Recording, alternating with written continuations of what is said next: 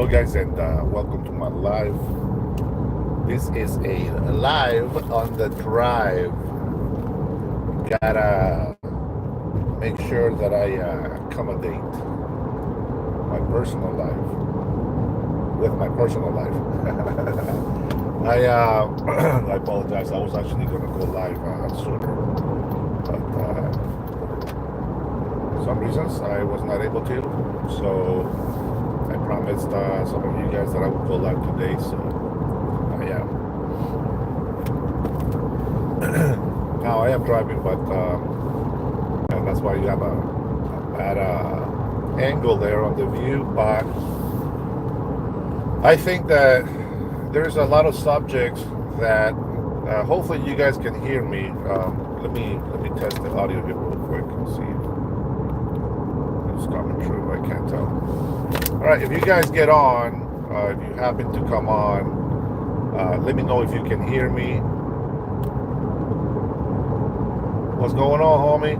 I appreciate you. Thank you so much. So there is a lot of interesting and very good things that are happening. I think number one, guys, as you guys come in, I want to thank you from the bottom of my heart for your support. I'm in my mobile office, but you know, I try to do what I can so that I can go ahead and get my opinion out there, so that people like you that might think the way that I think can also share your opinion. And I think that if we don't make an effort to share our opinion, we'll never be able to see what others around us, or even not even close to us, but somebody in a different state or a different location thinks. And if we don't communicate, if we're not having that conversation, or hearing different opinions from different sources, I think we are doomed to fail as a society. So I wanted to talk about what's going on right now with Donald Trump. How do I start this? You guys already know by now that all the truth is coming out little by little. I also want to say, if I don't reply to your messages as I normally do, is because I'm actually driving, so I'm trying to stay focused. But one of the things that is happening is, you guys, for those of you who don't know, I'm sure most of you guys know, all the papers that are coming out, the dossier, the Russia collusion, all these things about orange men, bad orange men, it's all coming to light. And I am very happy, because for the longest time we have been so blinded by thinking that only one particular party, it's a good party, but we never think about how this affects us. Well, a lot of people say, "Oh, I'm not into politics. I don't talk like that, or I don't want to get involved." Well, I kind of used to be the same. I didn't want to be involved with politics, but you know what? Everything around in our life is politics. Even relationships are politics. It's crazy. And the reason why I say that is because people have a mentality. And it's not that people have a Republican or a Democrat mentality. Okay? Republicans and Democrats, remember this, even independents, we are all Americans. Now, for those who say that ICE is coming after me, well, that's great. Welcome back, ICE. I want to say shout out to ICE, DHS, these federal agents don't get paid enough. Trust me. I looked into becoming a border patrol agent, and their pay was crap. I don't think it was enough. I think that a lot of people think that patrol agents, they just are in the border, just boring job, no risk. They just bothering people. Why are you bringing? What are you taking? That's not what the border patrol job is. And it can be very dangerous. And I don't think they pay you enough to do it. So for those ICE agents that are out there, I think that you guys are phenomenal. You are true patriots, and we just love you. We support you 100%. So with that being said, most of you guys already know about crooked Hillary. You guys already know about Obama. Everybody that defended Obama only defended Obama on two things. One of them, he's black. I don't know about that. Number two is the way he talks. He talks to us like we're human beings, you know. And I'll tell you something. You can have the kind of people that probably use proper English and sound educated, and they can be lying through their teeth, and you don't even know it. So I know that when we curse, it really is a sign of ignorance, and I curse a lot, so I have a lot of ignorance. But I'd rather have somebody that doesn't talk so educated, but yet tells me the truth. I want the truth above everything else. I know this is kind of on the side of, kind of citing the information that I want to share and talk with you guys. I think that it's important that we understand that when somebody talks nice to you doesn't mean that they are telling you the truth. I'd rather have somebody tell me some nasty truths that might offend me, that might hurt my feelings. And I'm not talking about truth like my double chin or, my eyes are crooked or insults. That's a different thing. And guys, it doesn't matter if people insult me. I don't really care about that. But here we go. Let's go ahead and let's get right into it, because I think that as many years as we have been waiting, finally we're gonna have some justice being delivered. I know. I verily believe that myself. We have known for years that the Obama administration and the Biden administration have been crooked. I think that Donald Trump coming into his first term, I mean, he was himself, he was real, and he just was not experienced enough to deal with these crooked politicians who have decades of experience in lying to the people and stealing from the people.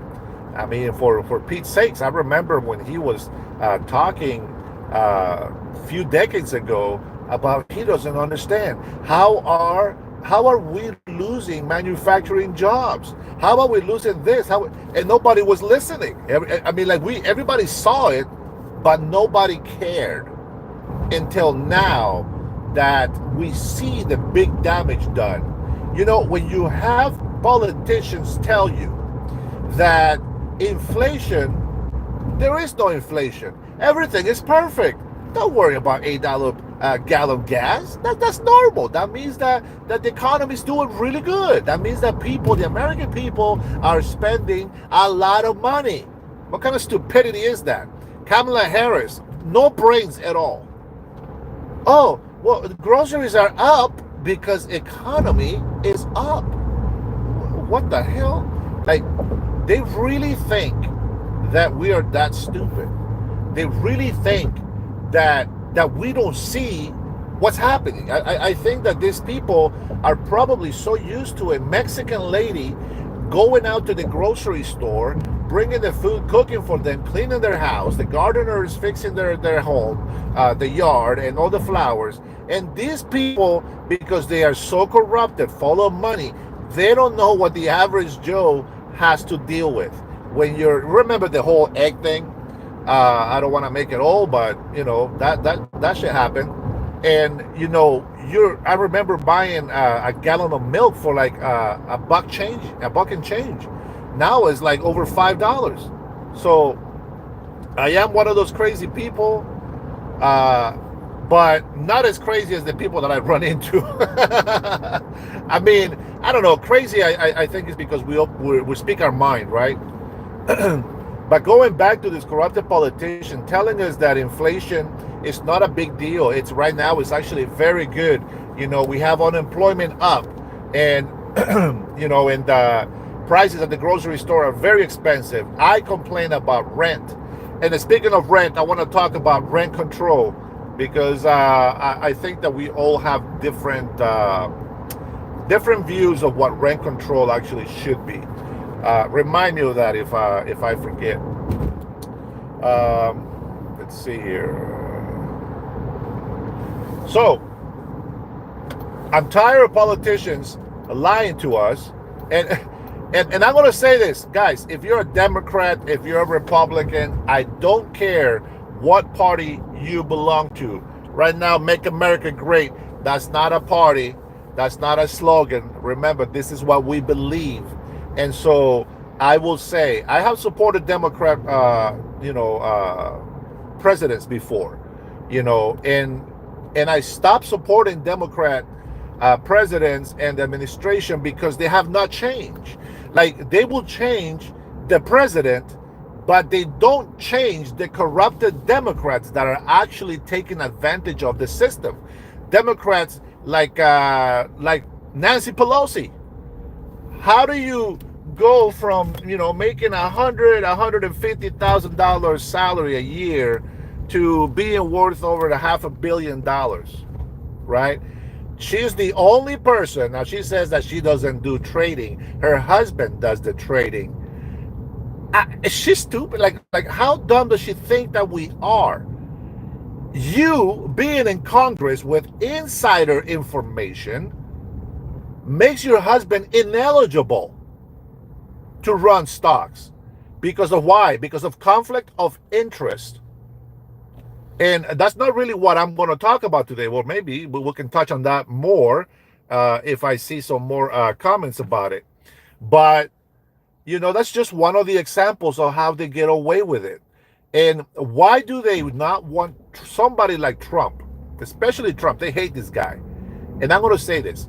Any administration, any person that works for us that are willing to destroy our country because of their hate that they have for one person, I think those people should not be in office. Judges that are partisan should not be judges. The law is blind. Justice is fair for everybody, not just for the rich, not for the poor, not for any type of color, not for any type of ethnicity. It doesn't matter. I think that we missed the mark. I'm picking up my mother-in-law and my wife. My office goes everywhere, so bear with me as they get on the private office here. It's weird to do live when you have babe, you're gonna have to go in the back of the office. It's weird to do live when you're mixing with your life and stuff. But I gotta make the time whenever I can. Go ahead, ma. Get in. You're not gonna be in the camera. It's on my Samoan family. I didn't want to go without doing the live for you guys. I think it's fun. I actually have company when you guys are, texting and watching and stuff. I love doing that. I used to do videos for my photography, and then I stopped doing those for X reasons. But anyway, you have people that hate Trump, and I think that when people hate Trump more than they love this country, they shouldn't be in office, period. And so we have a situation right now. Documents are coming out, and I'm going to say this. If a lot of people that think that it's oh man, Diddy's also coming. I really hope that President Donald Trump does not pardon him. I think that will be one of the biggest mistakes that he will ever make, and I will call him out on. Diddy does not deserve to be pardoned. He needs to be punished. He needs to do his time. But papers are coming out. Hillary Clinton has been crooked from the beginning. I mean, Donald Trump was correct to call her crooked Hillary. Trump said that he didn't want to go after her, even though he knew that she was crooked. He felt bad to go after a former president's wife. He doesn't see. President Trump is so patriotic that even if it's his opponent, even if it's the persons or the people that don't like him or hate him, He's so patriotic that he is willing to forgive and forget, you know. And unfortunately, for the Democrats, Trump actually learned his lesson. And on his lesson, he learned that when you let criminals free, they continue to be criminals, and they keep doing the illegal things that they know that they should not be doing. And I think that this is what we need to keep an eye on. Now, when Donald Trump left office the first term, they went after him, his family, his money. They were out there trying to bankrupt President Donald Trump. Taco Friday, baby, Taco Friday. Uh, they didn't care that the man was innocent. They didn't care that the grandkids were innocent. They didn't care that the family was innocent. They went after them for a simple reason, and that is hate. That is something that we do not promote, and that is something that we do not want in our country or in our life. I am glad that this is still a Christian country. A lot of people don't like to hear that, but it's true. This is still a Christian country, somewhat, right? Nobody's perfect, and a lot of people they twist faith with religion, and that's the problem. But I am, even though I'm not as convinced 100% that we will get some justice out there, true justice, not like these crazy lunatics out there burning buildings and committing riots and doing all these violent acts. We will finally get some justice, because just as you and I have known for years, and a lot of you that are Democrats, I believe that loyalism. It's okay, guys. I'm not gonna hate on Democrats. I'm not gonna hate on Republicans. I'm not gonna hate on any partisan. But I'm going to tell you this. At some point, you have to know, or try to pay attention and know when somebody's lying to you. If you think that I'm lying to you, you should research what I'm talking about, okay? But Hillary Clinton decided to destroy Donald Trump. Now, Schumer and all these other goons out there, and I don't mean like Democrat Americans, because these guys, like I said, they have been corrupted with power. They've been in office for decades. They have been collecting money and making the art of lying easier for them to do, and that's their problem, right? The presidents only get eight years if they get the full 2 terms, but these people in Congress, they have decades of supposedly servitude to the people, but they really don't serve the people. They serve themselves, and so they all collaborated to destroy Donald Trump. And should you be concerned that they're trying to destroy Donald Trump? You should, because what people don't understand is that when Donald Trump or whoever is president, that person represents the majority of Americans. That person represents America. And when we let corrupted politicians or even other people from other countries that hate America, when they are clowning or hating or trying to be destructive of our leader, they're doing it to us. And if you don't stand up for the truth, they're going to keep using the system, and they're going to take us for sheeps, and they're going to keep doing the same thing over and over and over. I'm from Honduras, guys. If you're going to insult me the right way. That's the right country. Mexico, I love my Mexican people, but I'm from Honduras. The fact is that even even if I am not a Democrat, or even if I wasn't a Republican, even if I wasn't an independent, I believe that the leader that we have in office is the people. And if I didn't see that, I will call it out. I supported Obama because there was supposed to be some immigration reform.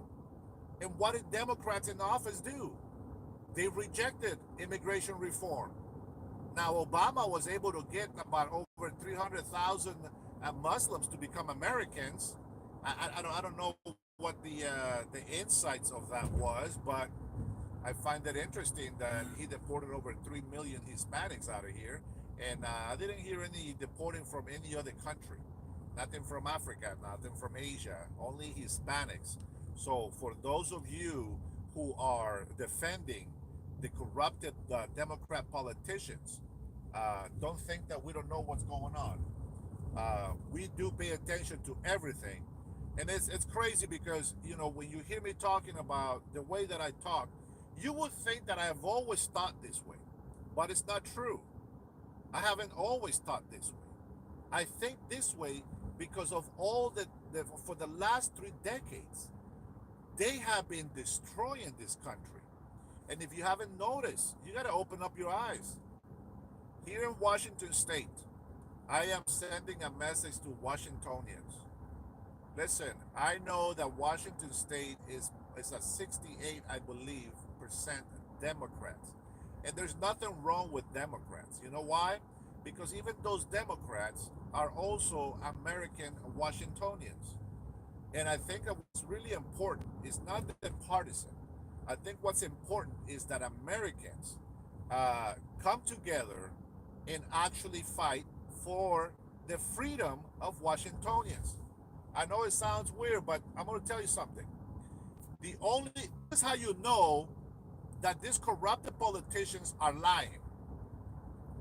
They cannot tell you anything that they are going to do for you that will convince you to believe them.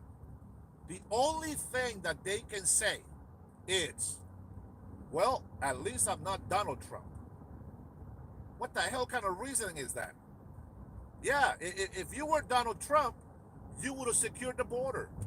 If you were Donald Trump, you would have worried about Social Security taxes, senior citizens.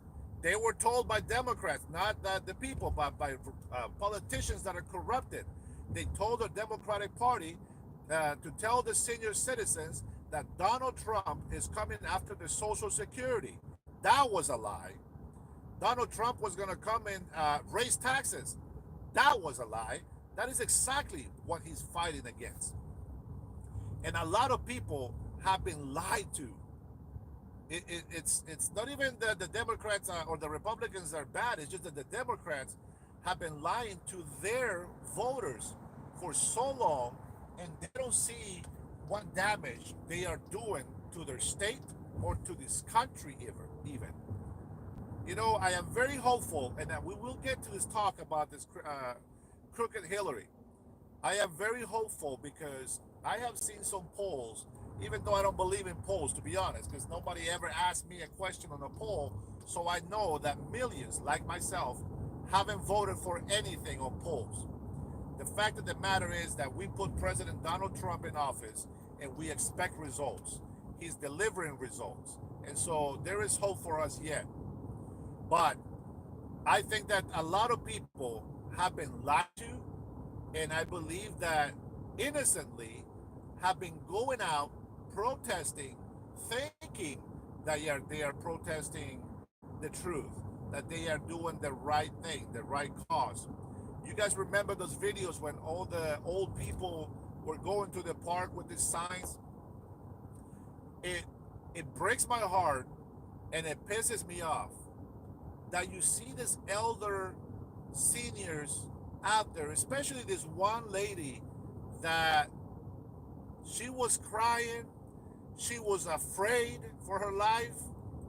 She was saying, oh my God, what this evil man Donald Trump is doing. Like, they've been lying to this lady. I don't know what they told her, but she was out there crying. She said she didn't know what she was doing, what's happening. And I mean, guys, you cannot sit there and insult the people that are actually trying to protect the innocent. I know you've probably seen these videos, and it's like if you don't think about, listen, if you're an American citizen, if you're a resident, and I'm not talking about illegal immigrants, there is a lot of ungrateful Chicanos that live in this country that have no respect for the great American people. They don't know what American means. And I'm going to tell you what American means before I continue to talk about this. America means is a land of opportunity. Not only is America a mixture of all Japanese, Asian, Chinese, European, Middle Eastern, Hispanics, all over the world. Nowhere on earth is as great as America. Why? Because here in America, I have Honduras, I have Guatemala, I have Mexico, I got Nicaragua, I even got Samoan Polynesians over here. Everything is in the United States of America. This is why I think the United States of America is the greatest freaking country in the world. The light beacon in the darkness for the world. This is why I believe that. It's not because America is white. There's nothing to do with color. It has everything to do with human rights, with people's freedoms. A lot of people have died. And a lot of people that hate white people, for some reason, they think white people are evil because of the slavery times that happened on our country. Let's not forget what Africans did to slaves. They were worse than anybody else. Let's not forget that Egypt held the Israelites, the Jews, captive, prisoners, slaves for hundreds of years. Everything in the world has had a history of slavery. Even in Honduras, we had slavery by our own Mayan people, not by Spaniards, by our own native Mayan people. So I don't want to hear Jack Squat that the United States of America is not the greatest country in the world, because it is. And that is exactly why I say that. Because in Honduras, there's only Hondurans. In Mexico, there's only Mexicans. In Nicaragua, there's only Nicaraguans. But here in the United States of America, we have everybody. And if you're an immigrant that comes from Central America, South America, whatever part of the country you come in here, if you don't assimilate, if you don't respect the people, if you don't abide by the laws, if you don't follow the freedoms that we have in this country, then get the hell out of the United States of America. Nobody told you to come over here to destroy this country. If you don't like what I'm saying, then get the hell off the channel. This talk is for patriots that love this country. This talk is for residents, for anybody out there that is even visiting as a tourist or whatever. This is for the people that cares about what happens to this great nation.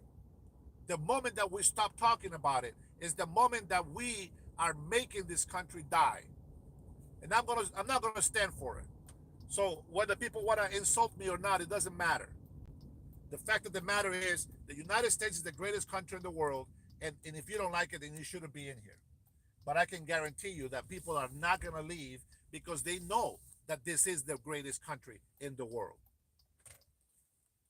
All right, let me park my office here really quick. Say goodnight to my mother-in-law. Yeah, Nilo po. I'll see you in a bit, man. Thank you. Man,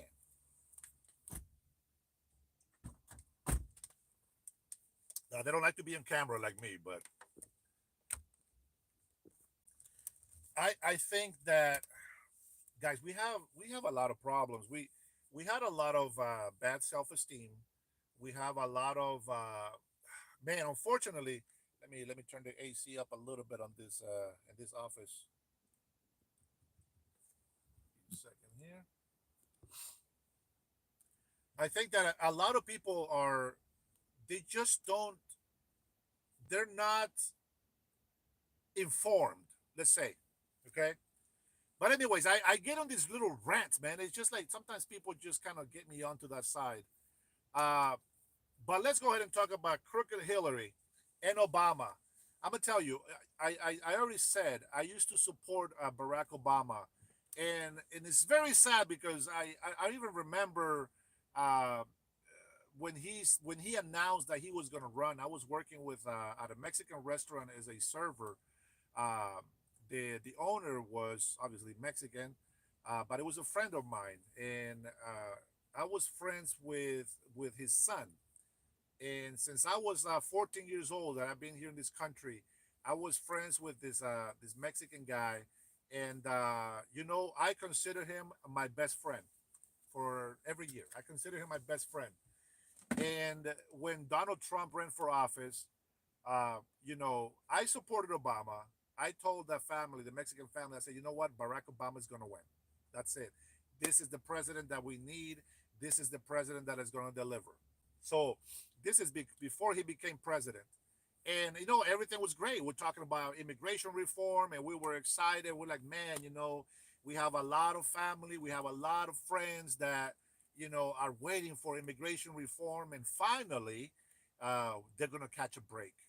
Finally, we're gonna be able to have them being here legally and don't have to worry about being deported or whatever. But at least now the people are gonna be able to stay in this country because they love the country, and they're going to do something good, right? So I say all this stuff, and then President Trump is running for office, and I mentioned the words, guys. You know the words that gets people to hate you. I believe in legal immigration, and ever since I said that, I was a bigot, I was a racist, and I lost my best friend. He got mad at me because he has a lot of Mexican family that is illegal, and he wants everybody to be in this country. Now, while I agree that we want every person that is good to be in this country, they don't understand that the problem is not them being in this country. The problem is them not loving the United States of America. If they love Mexico more than the United States, then they shouldn't be in here unless they have a permit saying, hey, we welcome you here in the United States of America, and by all means, do what you got to do. There is different types of permits that you have to be in the United States. You can work, so you need a permit to work. If you don't have a permit to work, then you are committing a felony. You are committing fraud. And so every single illegal immigrant that comes into this country, very over illegally, and I mean by not overstaying visas, but you came over here without anything. You just came here to take advantage of the people and the opportunity that the land has, and then that's it. But you didn't come here because you love the United States of America, and that's the problem, right? And then you have residency. So if you are a green card holder, now you are able to leave the country. I believe it's up to 2 years without coming back before you lose your green card. And there's rules, or what would you call it? I can't think the word in English, but there's things that you got to follow in order for you to keep those permits. Like, for example, if you have a tourist visa, if you come over here and start causing havoc and riots and all this stuff, your visa privilege is gone. If you're a green card holder, your green card residency privileges are gone. If you are a naturalized American citizen, even that citizenship can be taken away, it's gone. So don't think that just because you became an American citizen, you're untouchable. That's the farthest from the truth. Ignorance is not bliss. Not for me. I think ignorance is doom. I think ignorance is what's going to cause the destruction of our world. But with that being said, for those people out there that say, oh, they are arresting citizens, guys, ICE, send ICE to Dennis. Yeah, send me ICE. I get hot over here. I need some ICE for my drink sometimes. But if you talk about federal agents, ICE, my respect for them. They're protecting our border. They're protecting our country. This is what we voted for, right?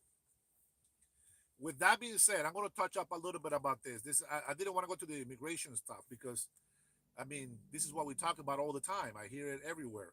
But it is my own personal opinion.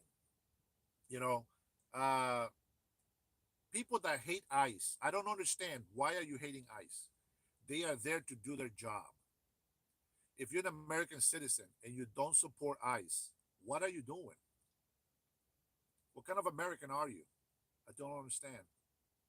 So let's get back to crooked Hillary. All right, enough of that. Enough about this immigration problem that we have. The border is secure. We are deporting thousands of people. A lot of violent murderers, rapists, a lot of criminals are being deported. So I'm happy for that. Unfortunately, because of these jackasses, a lot of innocent people, yet, excuse me, it's still illegal. They got to be deported. If you get caught, don't hate the American people. Let's see. All right, let me read a comment here from Rob before we dive into it. Biggest idol and favorite friend, Jerry Sandusky. To be honest, that sounds familiar, but I can't think of who the hell that is. I probably could look it up and see who that is, but I haven't heard much of him. Because you're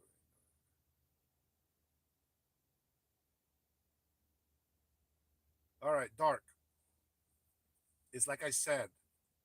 It's so people think that I'm ignorant because of immigration. Okay, please understand that I wish that all people can stay in this country. Believe me, I wish they all could. The problem is that as big as the country is, you have to understand this. You think that you're doing a service, right? You think you're doing a service to the people that are illegal here in this country. But what you don't understand is this country is great because we have immigration laws, because there is a control. You see, economy, it depends on businesses doing well. It depends on workers paying taxes. Economy depends on all of us doing our part. And it also depends on us multiplying, growing. But there is a steady pace. It has to be slow. Otherwise, we become like locusts and we eat everything on the field and there's nothing left for life. So this is the problem. If we don't support immigration laws, you're going to have like these 21 million illegal immigrants that came to this country. They're going to be pouring in here, and they're going to be, unfortunately, a lot of them that come in with those innocent people that think that the United States is the only place that they can come up. They're wrong, by the way. Mexico is beautiful. Honduras is beautiful. Guatemala is beautiful. Do you know? Oh my gosh. It's not the land that is great, it's the mentality of the people that makes your country great. And this is why I say that these illegal immigrants or even migrants that become citizens of the United States, they are trying to make the United States a third world country because of their mentality. Do you not understand this? You know what I see when I see sons and daughters of illegal immigrants? They're out there. Oh my God, why is ICE and President Evil Man Donald Trump separating our families? Bitch, please. They are guilty of bringing you to life in a country where they knew that they were illegal. Why would you hate the law when the people that are breaking the law that is there to protect the nation's interests and everybody that lives in it, including those migrants that will eventually become citizens? Why do you think that we need to follow those laws? It makes me mad, to be honest, when I see kids of illegal immigrants hating this country. That's the problem right there. You know what CNN and all this corrupted media and politicians say to you? You know what they say to convince you? They play with your emotions. They play with your feelings, just like Dark is saying right now. Oh, do you understand because you don't understand because you're ignorant? Can you try to understand why someone wouldn't support ICE? I don't give a shit who doesn't support ICE. If they don't support ICE, they don't support this country. And I am all for this country and its people's safety. It makes me mad because I have said this for many, many years. Even when I was a kid in Honduras, I have said to people that used to talk about, oh, I'm going to go to the United States pregnant. I'm going to have a baby over there. And then eventually, I'm going to go ahead and become an American citizen because in America, I am going to make a lot of money and I am going to be rich and I'm going to do all these things. But right from the get go, the first thing is I am going to go break the law and I'm going to be rich. The biggest mistake right there is I'm going to break the law and I'm going to go make some money. When I was in Honduras, I met a lot of successful people. I can't even touch them. Let me tell you, my beautiful American people, don't get offended by this comment. Don't get offended by this next opinion that I'm about to give you right now. I have met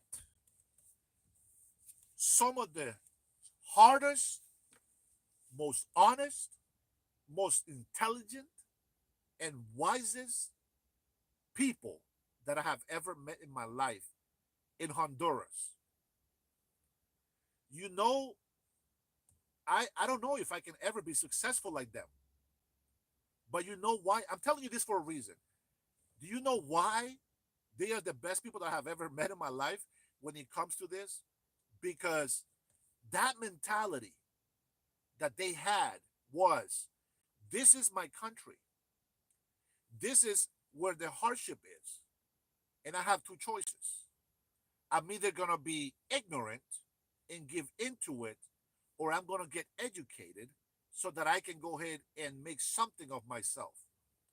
And just like you hear stories here in America that some janitor became the VP and the president of a certain company, the CEO of this multi-million dollar company, these people are so successful because they put God first, they have work ethics, they are honest, and they don't break the law. They have told me to stay in Honduras, and I was like, I wish I could. I said, but I'm an American citizen, and I have an obligation for my family and my country. And if at some point I feel the United States is doing so great, and who knows, maybe I'll go to Honduras and probably live down there.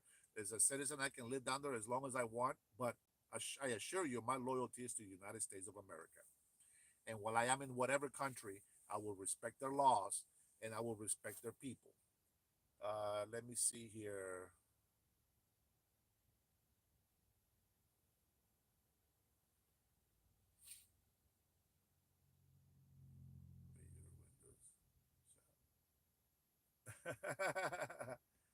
So, uh, Gary, man, I know there's a saying, right? In Spanish is, dime con quién andas y te diré quién eres. It means, tell me who you're with and I'll tell you who you are. I know it's a catchy saying, right? In Spanish, especially because that's my primary language. But let me tell you something. When I was in school, or even any time in my life, I have hung out with people that are bad people. Okay, and sometimes I've been associated with bad people, but that doesn't mean that I am one of them. I am the guy that when I was in high school, 16, 17 years old, I would hang out with my friends. And one of them, or maybe a couple of them, will start disrespecting an elder person, a senior citizen. I don't like bullies. Okay? They will start disrespecting our senior citizens. And I will go up to them and shut them up. I would apologize for them and I would treat and defend our American senior citizens with respect. Now, mind you, there's a lot of crazy, a lot of crazy people out there, a lot of crazy old people. But you have to understand, they have gone through life, and we're all going to be there at some point. Our minds are so fragile. I remember one time this idiot that I was hanging out with almost went and hit an old lady. I grabbed him by the neck, and I know it sounds bad. I grabbed him by the neck and put him on the ground. And the old lady, instead of saying get him, she said, "Oh my God, be careful, don't hurt him." Lady, this guy was about to hit you. Like, he doesn't respect you. And so, you know, yeah, we can have pictures, we can have videos with people and this and that, but that doesn't tell you that, that person on that video is bad, and that because you were with them, now you're bad. I mean, I can associate any of you with anybody and say you are bad or good because what who you associate with. you know, when Epstein was with Trump. Yeah, of course he was taking employees from Trump, but that wasn't the only thing. He was also sexual harassing teenagers, daughters of his employees, and even some guests. Right, the guest part I added, but some of his employees, and he told them to stop. He didn't want to stop, so you know, you want to steal employees from me, you got to go. You want to keep harassing minors, you got to go. As a matter of fact, don't even call me no more. We ain't friends no more. And Donald Trump did that. So I have done that in my life. And if you are so clean and so holy and so righteous that you've never hung out with bad people, by what you're telling me on the chat, that I am this person or I should shout some bad singer's name because I love Donald Trump, let's not get it twisted. It's not that I love Donald Trump. It's that I love the American people. And the way that I see Donald Trump is as if I would see any of you. If you guys drink, I'm not going to judge you because you drink. So go ahead and drink. I don't care. You can still have a conversation with me. We can still respect each other. We can still hang out. But the moment that you cross the line, I'm gone. So to make that argument is very stupid, Gary. Come on. Give me something different, will you? All right, you guys, man, almost 47 minutes. Here we go. Hillary Clinton has has been behind doors doing all kinds of evil, crazy shit. I used to like Bill Clinton. And even after the whole Monica Lewinsky incident, I still like Bill Clinton. I mean, remember this. Bill Clinton's policy on immigration were the same as Donald Trump's. Donald Trump doesn't make the immigration law. The law is there to protect the people. So he's following the law. But I like Bill Clinton because, he did a lot of good things. That I can, I cannot mention the good things that he did, but I have that feeling that he was okay. And I think a lot of you probably think that way, when you think about people that you like, presidents and whoever you have supported, right? Uh, I everything that he stood for, I was like, you know what? That's the best that an American president can do. I'll support it. Um, but Obama came in, the same thing. Now, Obama actually ran his campaign not on protecting the border. He ran his campaign on immigration reform, right? At least that's the part that a lot of Hispanics and myself supported. But in the meantime, you see, these people are only nice to you when they want something from you. Hillary Clinton reached out to who? To The View. She went out there and touched on all this leftist legacy media that they control, like CNN, MSNBC. Even Fox was falling for it for some time. And I'm sure that they still say some nasty things about, innocent people.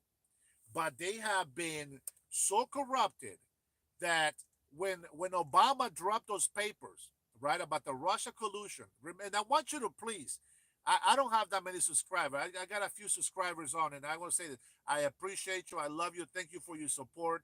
You're great. I didn't think I was gonna go past 40 subscribers for when I did my live, but thank you for your support. It really helps me. And as you guys see, right, I'm picking up my wife and my mother-in-law. I still got to work full time. I still got to do all these things in my life, just like you guys do as well. And so when you're paying spending time here, listening to my rants and my opinion, it's a very important, and I appreciate every single one of you guys. This is why I think that there's a lot of beautiful people out there. Even though in the comments, right, I get this live feed and I get these negative comments in there. It's okay. I feel you. I understand you, and I want you to be honest. If you feel like insulting me, go ahead, insult me. But I really want to get to the bottom of, okay, what are we gonna do to make this country better? And so Obama finds out uh, that there really is nothing that that is Russia collusion with Donald Trump and all this stuff. But they ran it that way because Hillary Clinton made it sound to them like the Russians were spying on us and the Russians hacked our elections and the Russians are hacking everything. And let's be clear, guys. Russia has and probably always will be trying to meddle into the United States affairs. But a collusion, meaning that an American president is going to try to, or politician is going to try to, join hands with Russia so that we can, what? Beat our opponent? That's ridiculous. And so they made a big mistake on their part. The Democratic corrupted politicians made a big mistake. They didn't leave Donald J. Trump alone when he left office. They used our justice system. They used our FBI, our CIA, our intelligence, the agents that our federal agents that we put on the pedestal here of how wise, how smart, and how great they are, and they used them there to weaponize them against Donald Trump. 4 years non-stop after it. Impeach, impeach, impeach. And they impeached him like 3, 4 times. That doesn't mean that he's fired from office. We put him there. They can't take him off, right? But they impeached him. And and they got Biden to win, which of course we know they cheated. And that's also coming out to light as well. I don't think that anything's going to be done about it, but it will come to light. A lot of fraud has been found about our voting in the 2020 election.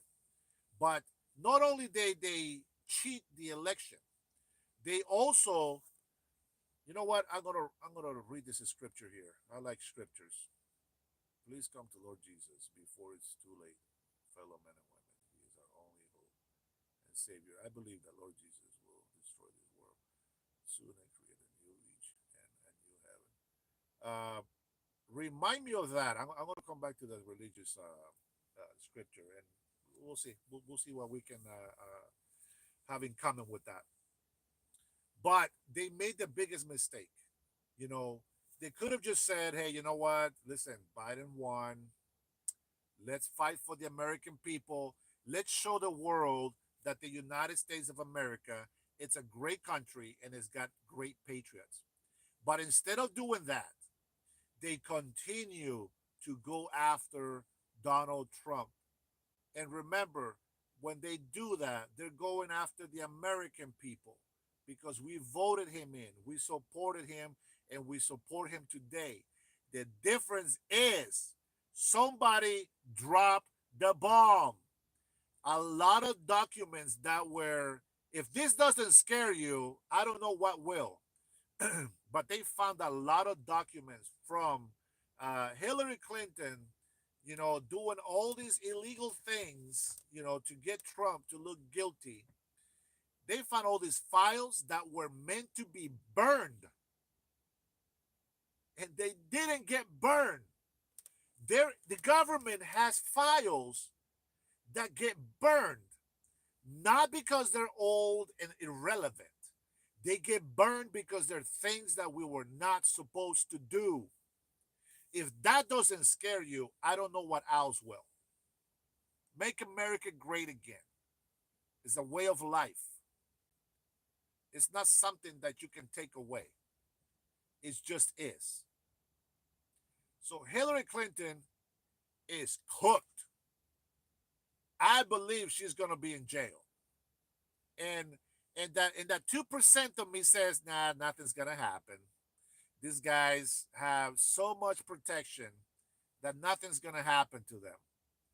But in court, there's a few of the people that work with Biden that plead the fifth.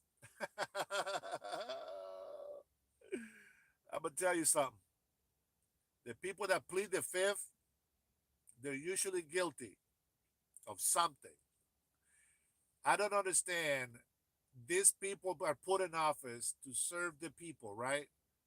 And yet they they don't serve the people. What the hell? I mean, I get it. That people, a lot of people are gonna want to go in office so they can make their money. But if you're in office, if you're an FBI agent, right? It, what was it, Comey, right? He's uh he's the one that made that message to kill President Trump. What was it? Remove 47 or something like that. Anyway, this guy, how can we have this kind of people in charge? If you're a Democrat, listen to me, please. Listen to this. I am going to judge somebody by their character. I'm going to judge them simply not because they have five wives, not because they are Muslims, not because they're Christians. I'm going to judge them on this. What they do. This is what I'm going to judge them on. So, how can the FBI director lie to the people? How can I listen to that person and believe him after they lied and almost cost our lives? Dr. Fauci, lying son of a gun, got a video on Netflix, I believe, made millions of dollars from pharma. He shut down our country. He took our rights away and we let him. We are so dumb that they did not allow us to go to church because of COVID, and yet there was thousands of people sweating and brushing against themselves, protesting some bullshit. How can we listen to those people? We have proof that they've lied to us. You know what they have against Donald Trump? Hate. They don't have proof of anything. But thanks to Tulsi Gabbard, which I believe that she could be the next president. If you guys want a female, that'd be the one. But not yet. We still got Vance. J.D. Vance is going to be president for at least one more term. I'm hoping two. Marco Rubio has changed so much since President Donald Trump ate him alive when he was debating against him. I'm going to tell you, he brought some great insults. He brought some good information that could have put Donald Trump down. But the fact that Donald Trump was able to outsmart him and beat him, I think that was great. And we need somebody like that because a lot of leaders in the world, they don't play fair and they will take advantage of us if we let them. So what do we need? We need somebody that can fight, somebody that actually cares about the people, somebody that is a businessman that is there to provide goodwill business for the American people. This is why a lot of immigrants, a lot of countries want to come to the United States because it's such a great place. But if we allow corrupted people to stay in power and we allow illegal immigrants to be in this country, they don't respect our law. They insult us because we are right. When we support the law, they hate us even more. Why do you think, or how can they expect us to support them when all they can do is insult us? Burn our flag. Let me tell you something. A lot of soldiers died to keep that flag up. So, if you are an illegal immigrant or even an immigrant that hasn't become a citizen, who knows? Even if you're an immigrant that became a citizen, if you're okay with burning the American flag, you should have never got papers. If you're okay with the United States doing bad, go back to your country. You see, it's not the countries that are bad, it's the mentality. Now, we have a saying in Spanish: puedes sacar al indio de la montaña o del monte, pero no puedes sacar el monte o la montaña del indio.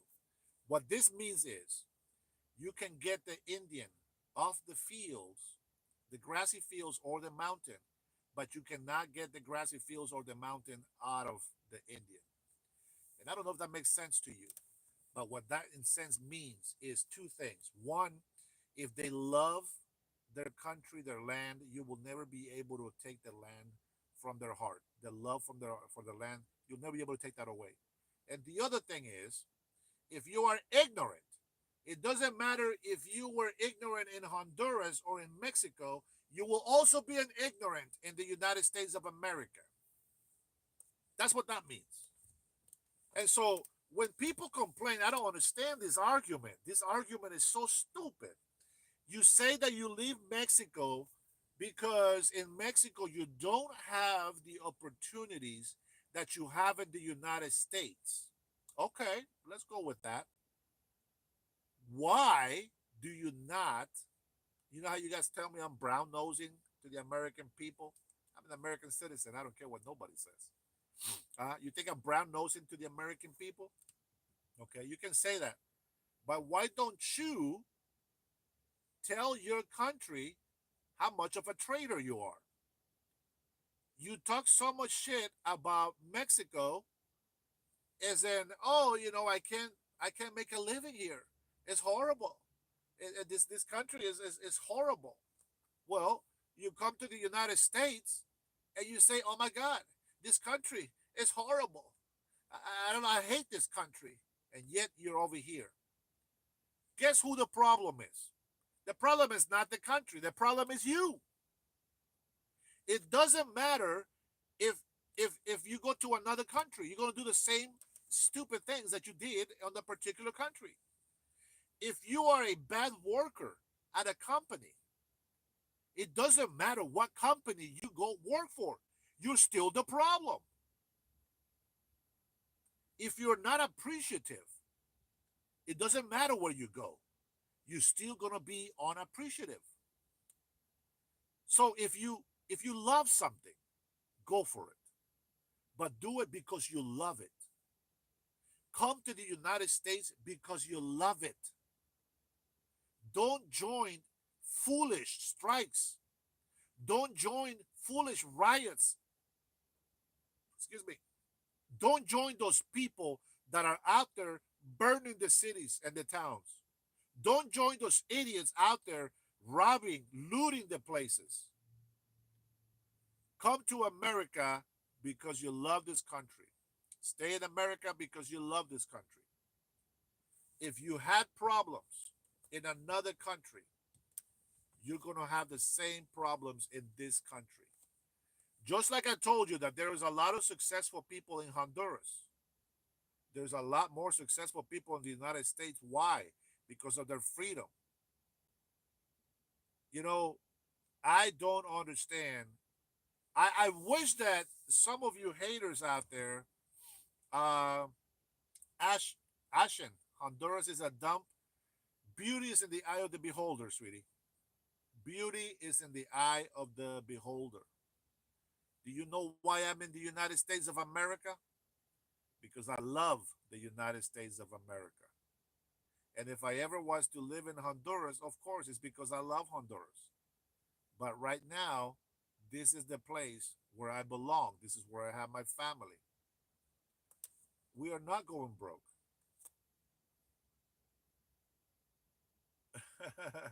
Jeff, absolutely, 100%. I don't have a criminal record thanks to my mother's upbringing. Most of my friends are dead from childhood because they joined gangs and criminality. Some of them became doctors. I became an American. Anyway, my teenage life was rough. I think I've had a very rough life since I was a kid, and I think on my last live I shared a story about how I came to the United States. Uh, I'm going to give you another example of mental thinking, of the way of thinking of people. You know, I was very physically abused. Now, my father died when I was about 4 years old, so we lost all our money. Blah blah blah. Tough life. My mother left when I was 8. My oldest brother, older brother, he's 13 years older than me. He hated me when I was a kid, and he used to take all his frustrations and anger out on me. He would beat me with sticks. He would grab the ironing cord. I know some of you probably know the kind of whoopings that you get with those. But he would put a leather belt and throw it in a pool of water so that it gets heavy. So when I come home and he hits me with the belt, it's a lot harder and heavier, and it would leave these big welts, purple welts on my back. Now I don't have scars like like you've been whipped and stuff, but I do have a scar this big in one of my cheeks. Not here, butt cheeks. He hated me so much, and we grew up in a poor neighborhood, and there's a lot of violence. There was people trying to steal stuff from us. I don't know why we didn't have that much after my father died, but they always used to come in and try to steal something, and we knew who it was because it was a neighbor just down the street. And we go and tell his mom, and be like, "Hey, listen, man, your sons, they keep coming into our property trying to steal something in the middle of the night. You guys can't do that." Anyway, that family was a family of crooks, and they all went to jail. A lot of them died in jail. The mom and the dad, they weren't bad parents to per se because they were not violent, but they didn't discipline them in a way of they always excused them because of poverty, right? We were very poor in our neighborhood. But my mother didn't teach me that. My mother taught me that it doesn't matter how hungry I am, I don't go begging. And I see that a lot here in Washington. I see a lot of beggars, and they keep getting younger and younger. There's a problem that we have here in this country, and illegal immigration just adds to it. So we have enough problems of our own that we need to solve. But the matter of the fact is that illegal immigration should not be one of those problems. So we got to take care of that. ICE, continue to do your job. 100% I voted for this. For those of you out there that are still illegal, self deport. Do yourself a favor. Show the American people you respect them by self deporting. You get a plane ticket back to the country you came from. Once you get there, you get $1,000. It's the best way to go. And if you still want to come back to the United States, then you go ask for permission. Go to the embassy. If they say no, now you stay home. If you go again and they say no again, you stay home. If you still want to continue to try to come to this country, you continue going to the American embassy and try to come back to this country. But if you permit, it gets denied every single time. That should tell me either you want to keep spending money trying to get permission to come to the United States, or is that a sign that you belong in your country, right? So, with that being said, I'm going to go back to being, having this life to where I was poor. I starved for weeks at a time. I used to get beat down. I mean, you can play music with my ribs. I was so skinny, and yet I still had a lot of muscle because I used to climb my trees like a monkey. We have mango trees in our house, and I used to climb them all the time. I used to run everywhere, and that's something that helped me when I came to the States, to be honest. But the fact is that I had a rough childhood, very bad, very hated, very neglected, and yet the very few people that ever came into my life that gave me good advice uh, kept me away from gangs. They kept me away from criminal activities. They kept me away from crime. I don't like drugs. I don't like to be an alcoholic. I try to do the best that I can. And I'll be honest. The a lot of the things that I had to endure when I was a teenager up and even to my adult life has been my own stupid decisions. You know, I fell in love with a girl when I was in high school. It should have never happened. I should have waited. But I was so neglected when I was a child that I wanted to have my own family. Unfortunately, I chose the wrong girl. Maybe she was not ready. That's my fault for being a dumb teenager. And I got my two first kids, with the black girl. Not that the black girl is a bad thing. No, there's a lot of beautiful black people out there, but she didn't want what I wanted, and that was it. I got married, and we had three kids. I find out that she is seeing somebody else, so breaks my heart. Blah blah blah, and we break it off. And after over a decade or so, I remarried, and now I've been with my wife for 14 years. Okay, that's my whole life in a nutshell. There's a lot of childhood bad stories that I can tell you guys.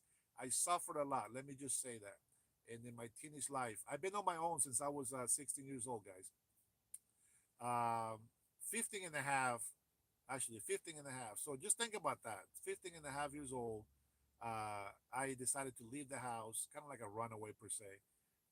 Not because I'm a bad teenager, blah blah blah, but because of neglect and abuse.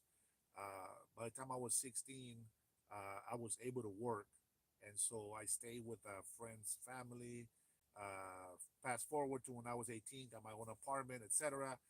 Here we go. So all this ranting or this maybe a boring story to you is very serious to me. It was very damaging, emotionally. Who knows what kind of emotional damage that caused? But the fact of the matter is that even after all the suffering that I had to go in my life, I still chose to respect people. I still chose to work hard. I still chose not to be a drug addict, not to be a drug dealer, not to be an alcoholic. Not that I didn't drink or don't drink, not that I couldn't do drugs. Of course I can do drugs. I just don't want to. I choose not to. I think that when you have a mentality like that, it doesn't matter where you go, you will be successful. And if you're not successful right away, of course, it's because it's going to be the decisions that you make in our life. Like I'm not as successful as I probably could be if I would have made better decisions in my life.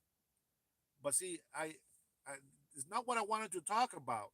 But I feel that there's people out there that don't understand why we do what we do.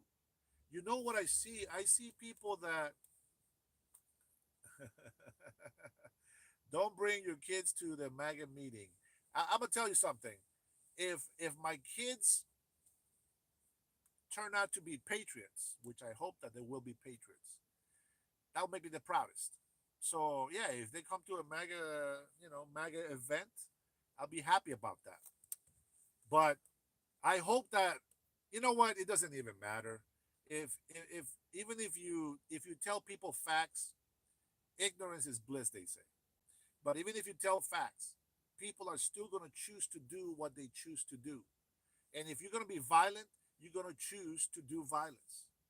I will say thank you so much. I see that there's some nice people on here that give me scriptures. Beloved, yes, read the Bible. Uh, Birthright.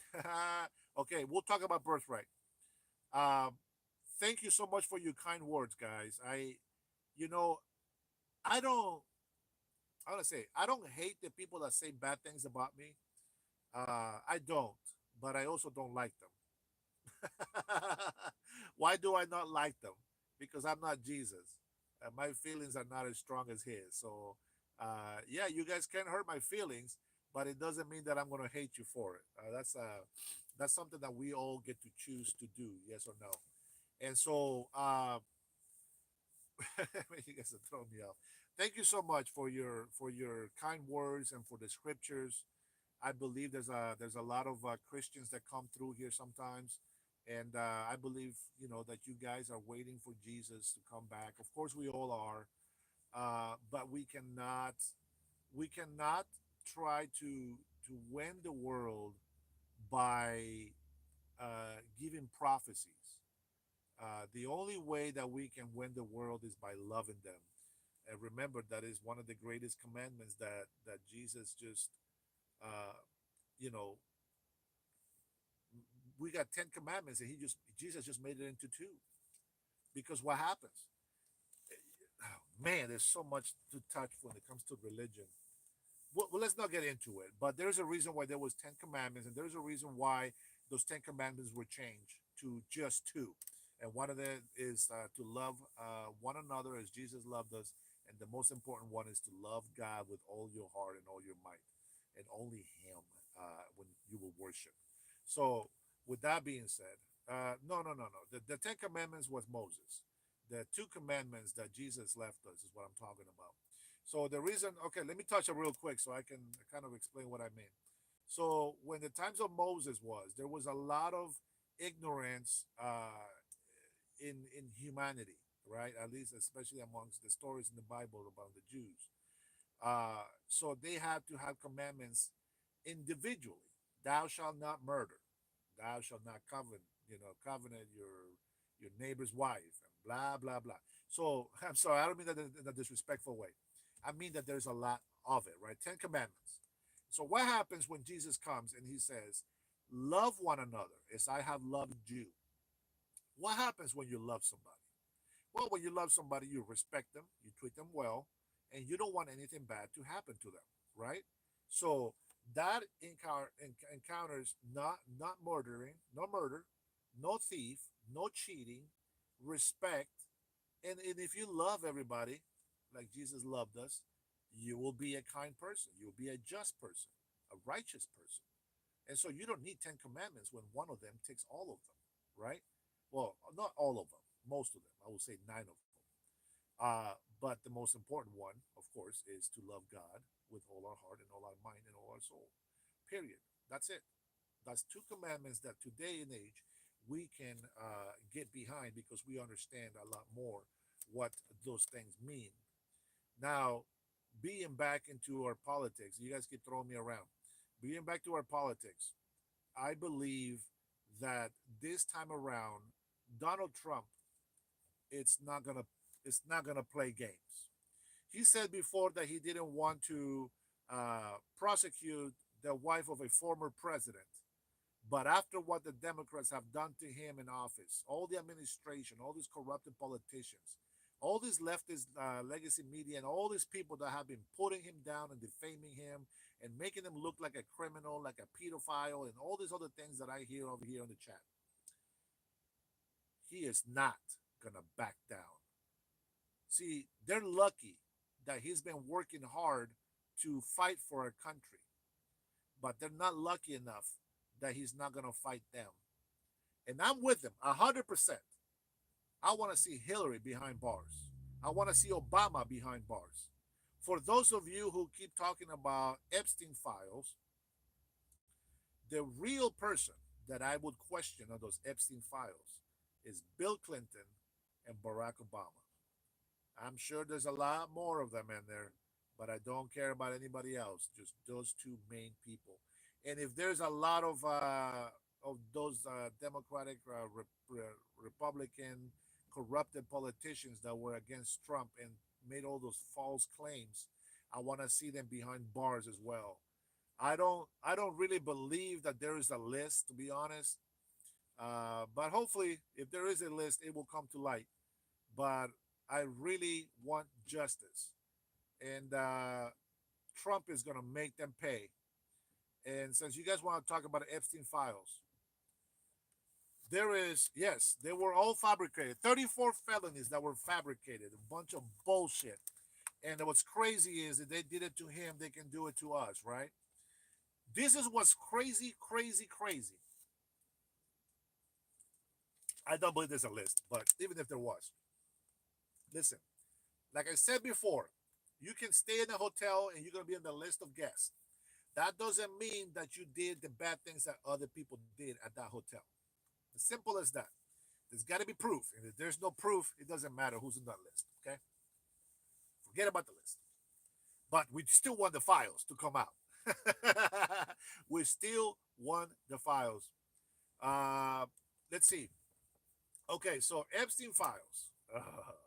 Man, I think that there is enough information on there to put people behind bars.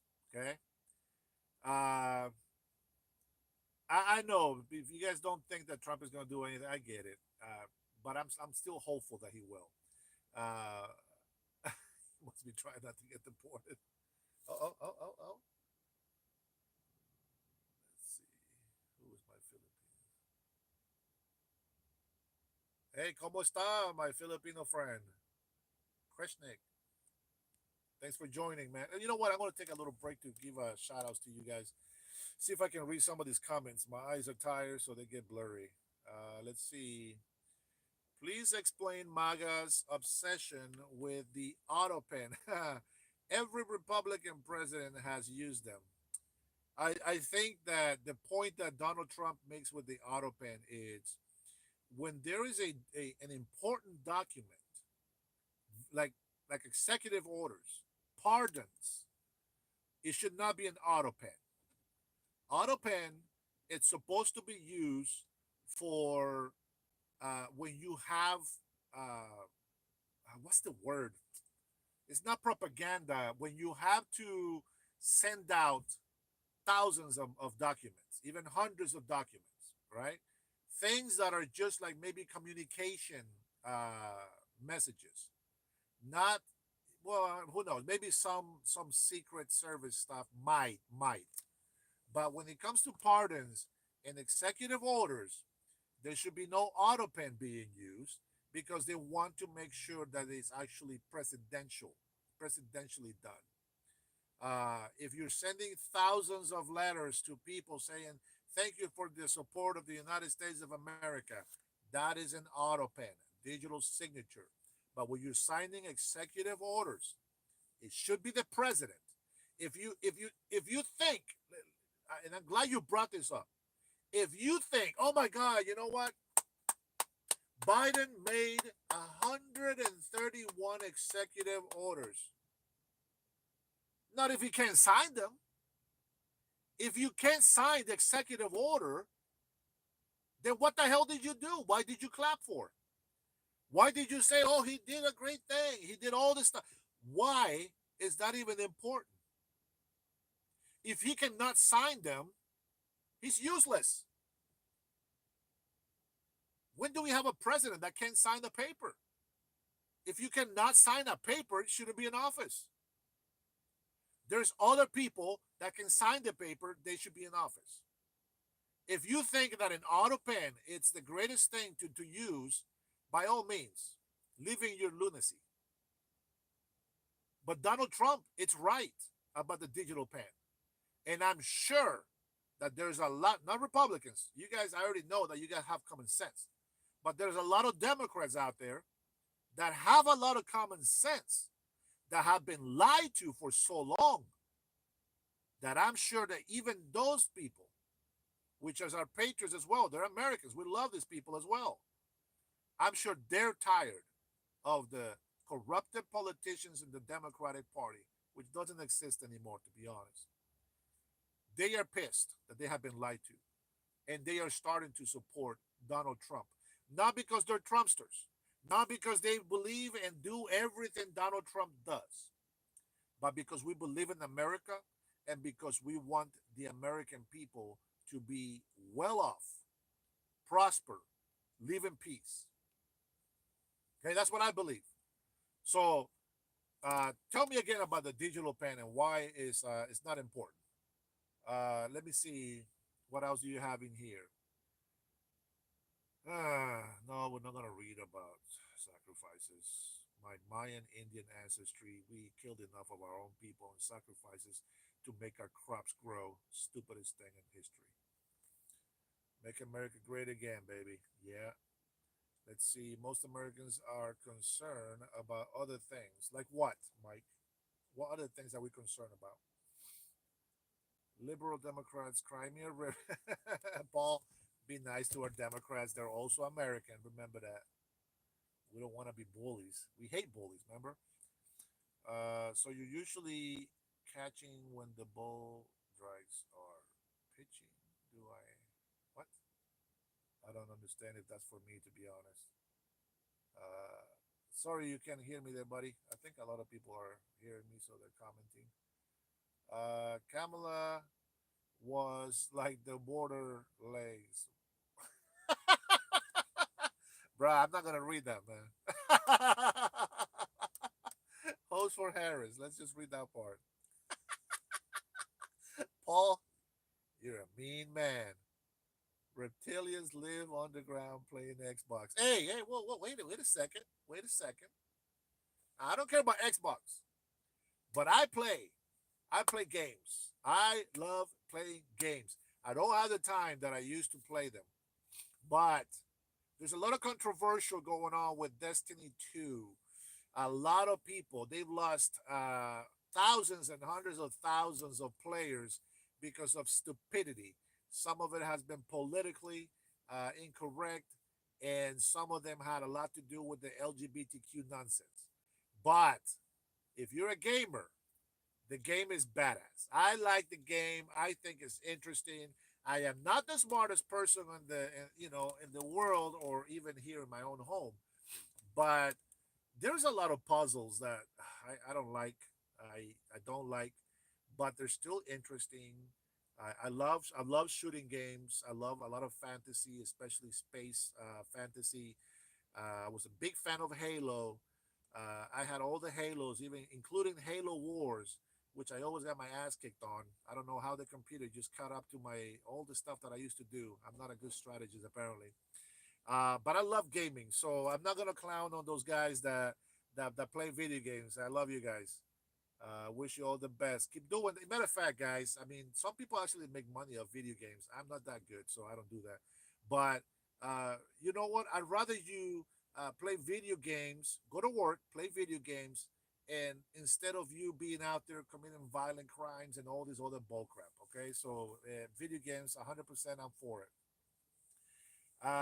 Please keep the comments in English. We're in America. We speak Spanish here. What's wrong with you? Oh man, Pedro thinks that that hat will protect them. The hat won't protect me, but my 9 millimeter will. Make America great again. Yes. Hasta nunca, America haters. That's right, bro. Thanks for stopping by, guys. I'm sorry I haven't looked at all the comments. Uh, uh, he's cheated on every wife he's ever had. Donald Trump, probably. I got cheated on three different women that I try to do a life with. I got cheated on by all of them, and then a lot of girlfriends that I had throughout my life when I used to look good. They also cheated on me as well. So there goes that. I still don't hate them. I still think that they're at least for my kids they have good moms. I think I might be wrong, but just because somebody did something wrong to me, it doesn't mean that they're bad people. I don't believe that. Everybody can change, guys. You mean like John Kennedy and his family of brothers? I missed it. I don't know what that means anymore. By people, I think my brain cells are dying watching this. Maybe I'm too gay. Oh man. You know what? God bless you, man. I love gay people. I don't love their sin, but I love gay people. They're good people. I don't think I've met any. Uh, no, there's a couple of bad gay people that I've met in my life, but for the most part, gay people are pretty friendly, pretty happy, unless they are demented on the left side, apparently that hates Trump. But for the most part, I think a lot of the gay people that I have met are pretty cool. It's crazy that the gay people that support the LGBTQ, those are the crazy gays that I have ever met in my life. Like they're just so over sexually immoral. Like I don't know what category to put these crazies at. But it's funny that a lot of Democrats keep saying, oh, Donald Trump is a pedophile, blah blah blah. Oh, he cheats on wives, and Donald Trump does this and that, and they try to preach some type of moral code. But then you have the LGBTQ that is out there swinging their ding dongs on their stupid pride parade in downtown Seattle. You have women with their breasts is sticking out, hanging out, and then they're going to talk about morality codes. They're out there with minors and doing all this crazy stuff. See, the LGBTQ supports pedophiles. The LGBTQ supports men castrate. What do you call it? What's the word in English? I can't think right now. But they support children being mutilated and turn males into females and females into males. I mean, you want to talk about how many wives Donald Trump cheated on? I mean, that's your best the best logic that you can come up with. You're gonna tell me that you have a moral code, a spiritual, religious moral code against Donald Trump, but you support the LGBTQ community. Most of the gay friends that I have, they don't support the LGBTQ community because they're too corrupted. You see, I believe that sometimes, people have a hard time saying no to their flesh desires. I get it. You know, I have had women cheat on me a lot. And, as much as I like females, as much as I look at women, I just can't cheat. I feel that I be failing myself. I be failing my kids. I be failing the woman that I said that I loved. That will make me a liar if I didn't, fulfill my promise that I made. This is one of the things that I respect about Donald Trump is that everything that he ran on the campaign, he is fulfilling. So I don't care about his personal life except for the golf life. I think that that is a good habit to have. It keeps your mind clear. It does relax you, and so I think he has a great hobby to do. But don't bring immorality with Donald Trump. I know some of you guys have commented on some bad singers, and you know, Kid Rock. I don't. I used to listen to him in the '90s. I don't listen to him anymore. I used to listen to a lot of heavy metal, hip hop. I mean, I listen to all kinds of music, and even those with bad lyrics. I don't do that anymore. I still enjoy the beats. I still enjoy the some of the stuff that comes out from those music, but that doesn't mean that my life is immoral. Just because I like somebody that sings a good song doesn't mean that I like all the sex and drugs that they do. And I don't live my life that way. So uh, let's see. Yeah, he fights with his for his family. That's 100%. Yeah, Jesus is the light of the world. Amen. Let's see. All right, Pocket. Please explain Donald Trump's obsession with blocking Associated Press from the White House. What the F happened to the free press? Well, what has happened to the free press is what I have explained from the beginning. Uh, when Obama tried to sell this Russia collusion thing, the legacy media, specifically CNN, MSNBC, and all this stuff, all these people that are also in the same White House. While I believe in free press, I don't believe in free lies. And if the person that calls themselves a journalist or a news channel or some type of press, if they are corrupted, poisonous snakes, they are not considered press to me. They are considered liars. And therefore, they shouldn't be allowed in the White House. Yet, they're still there. Why does Donald Trump allow even some content creators to come in there and ask questions? Because the legacy media has been lying to us for decades, and we've been stupid enough to listen to them. That's why. It's nothing to do with the freedom of the press. There's still plenty of press asking questions that are meant to be to bring the truth out. You see, if you ask me a question with you already made up your mind of who I am, but you ask me a question, okay, who are you? If you already made up your mind that I am a criminal person, and I tell you, well, I'm a hard worker, I'm an honest person, it doesn't matter what I tell you, you're going to call me a criminal because you already made your mind up with that. And the problem with legacy media, it's that they made up their mind that Donald Trump is bad. And when they ask questions, number one, you respect your elders, you respect authority, and you don't come in there and think you're in your own house doing your own will and there's no repercussions. When you talk to the President of the United States of America, you start with Mr. President. I hope you're doing great. My respects to you. I have a question. Mr. President, can I please ask you this, Mr. President? You don't go over there and try to force your own will on the president. You got to be respectful. I wish that they would ask him good questions. And I hate it that when they ask questions to Democrats, they're so soft on them. So, freedom of the press, yeah, I agree with you, but not with these idiots. Yeah, where's ICE at?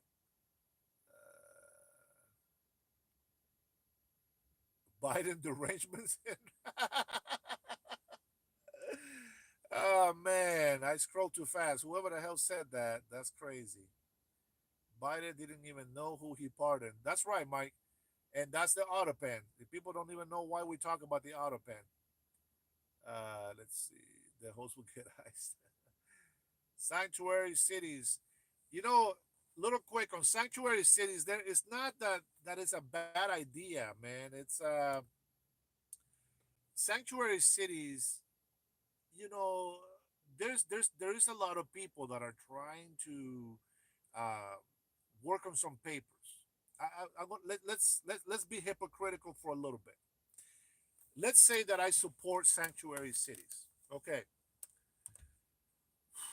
why would I? Okay, so if somebody's seeking asylum, right, because they fear for their life and they are not allowed to be in here legally for whatever reason, so they came in here illegally without permission, and they made it to a sanctuary city. Now, this person has no criminal records. This person truly is just a hard laborer.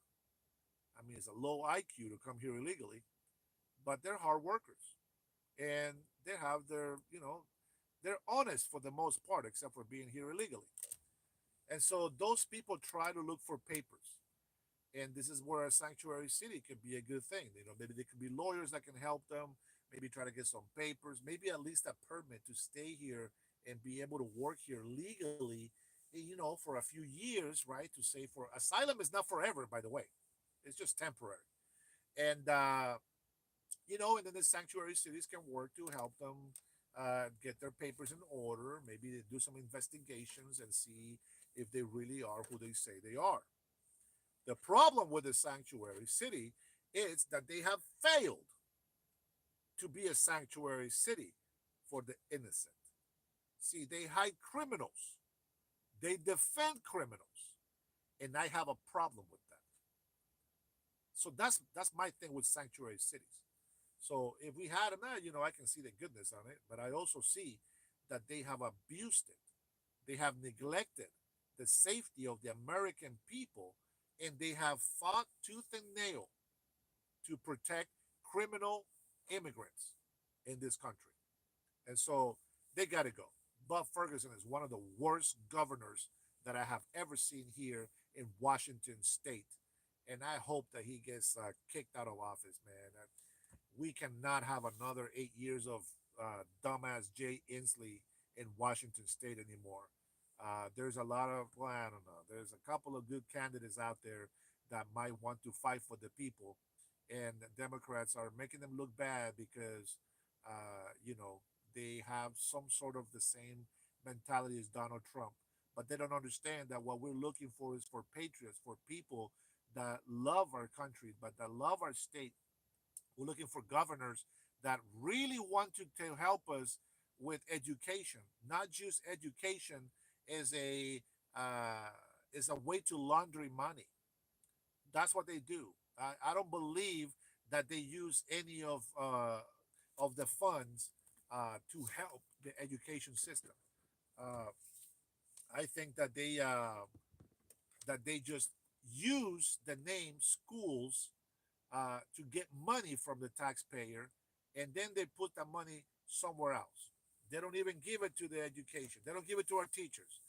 And speaking of teachers, I think that they got to do a better job at running a background check on teachers. There's a lot of criminal teachers out there that are teaching our young, innocent children. You have people here in Washington State, you have crazy ass people. Like there's this guy running here in Washington State. He's out in the park showing his boobs. He's a trans woman, he says, and they call her a she. No, the guy's a guy. Period. And he's out there exposing his breast, saying that he is out there protesting for the trans community. That's how you know you got a mental problem. And these are the people that we have in office in Washington State. And you have these crazy white people with I don't know how much guilt, or they pretend to be guilty and use organizations to make themselves money for whatever the hell they want. But they don't care about Washingtonians. Let's make that clear. If you happen to be in Washington, you know what I'm talking about. All right. Uh, I wanted to touch a lot of subjects that you guys made me change, but we're still hoping that Hillary Clinton goes to jail. We still hope that Obama, man, I hope that they find enough proof to make them pay something because they put Donald Trump through hell and misery, and we the people are pissed off about it. So whether you like the "Make America Great Again" or not, it doesn't matter. The matter of the fact is that as American patriots, we are supposed to fight for the prosperity and for the peace of our country. And those illegal immigrants that come in here with the wrong mentality should go back to their country. Because if they had the wrong mentality before they left their country, they'll never change. As a matter of fact, those people that come over here to hurt our country are the ones that are helping their country by having less bad people in their country. Does that make sense? I hope that makes sense. But anywho, uh, man, I forgot what the other one was. I Okay. I'm gonna bring some notes next time. I do know that there is a problem that we have uh, right now with politics in the world. I'm gonna end with this last comment. Politics around the world. The Philippines, and I don't know if my Filipino friend is still on there. He probably left already. But the Philippines had enjoyed peace, even though there was a lot of bad things. Oh my God, I missed a lot of comments. Uh, no worries, Spooky, you're fine. Yep, yep. You would say, yep, yep. All right, sorry guys. I don't have I don't have that much time to read all the single comments in there. But again, thank you for your support. Thank you for loving the United States of America. Thank you for those that support the immigration laws. Much love to you. Respect. I appreciate you. 100% love.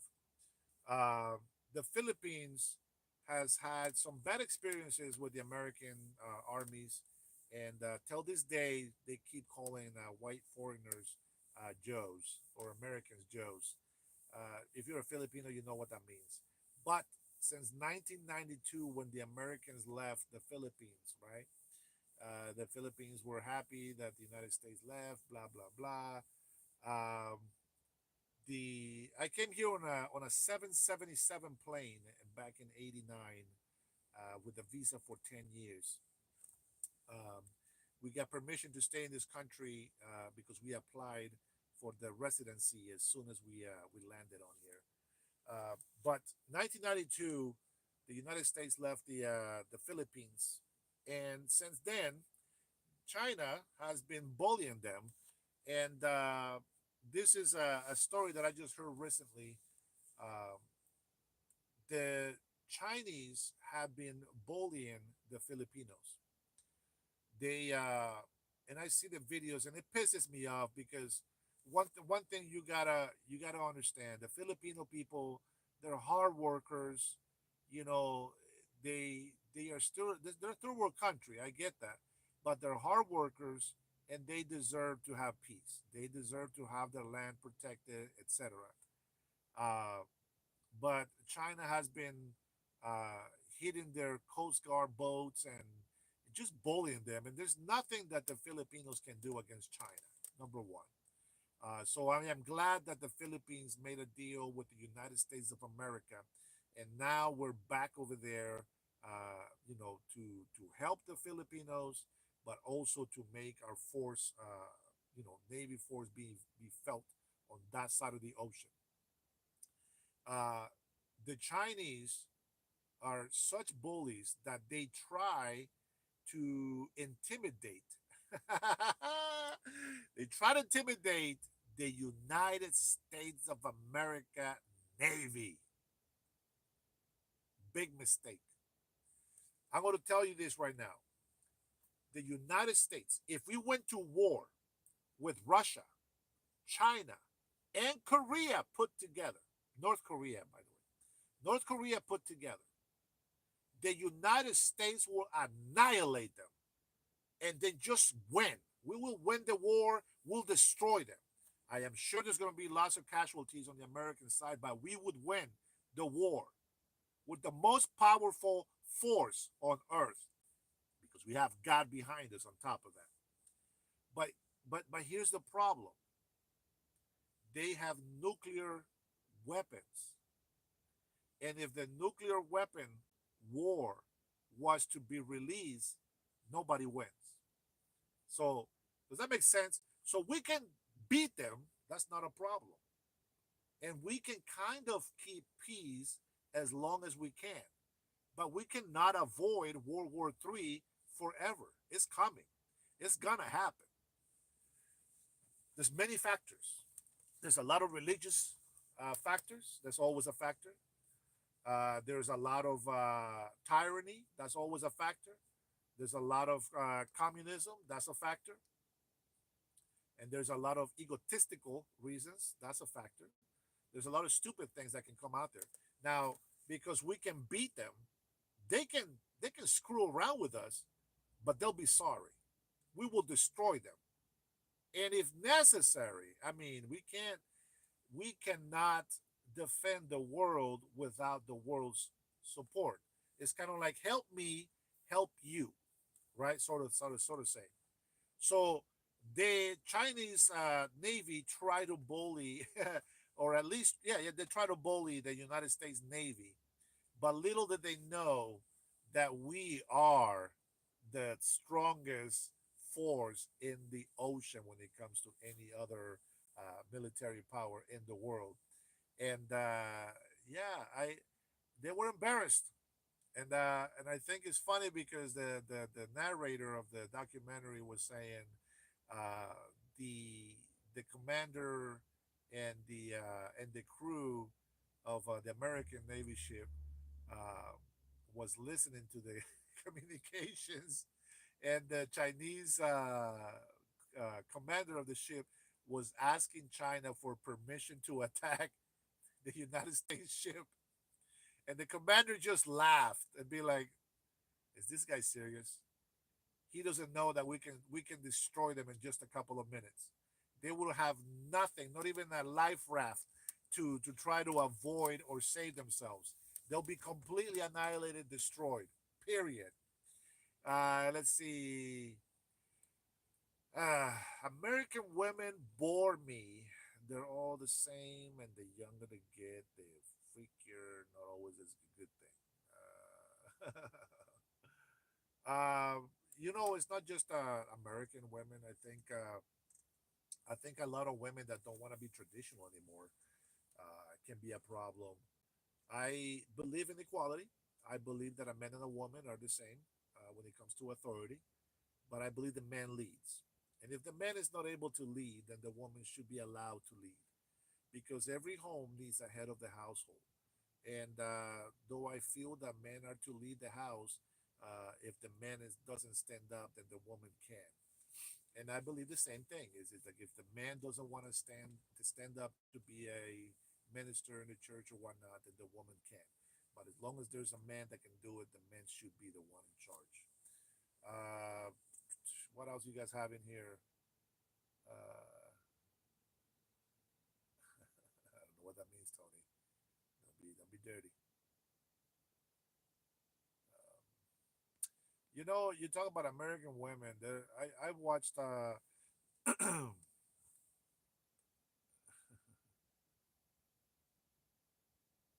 Oh, sorry, you can't hear Marisela. Well, God bless. Thanks for stopping by. I hope that you can hear that later.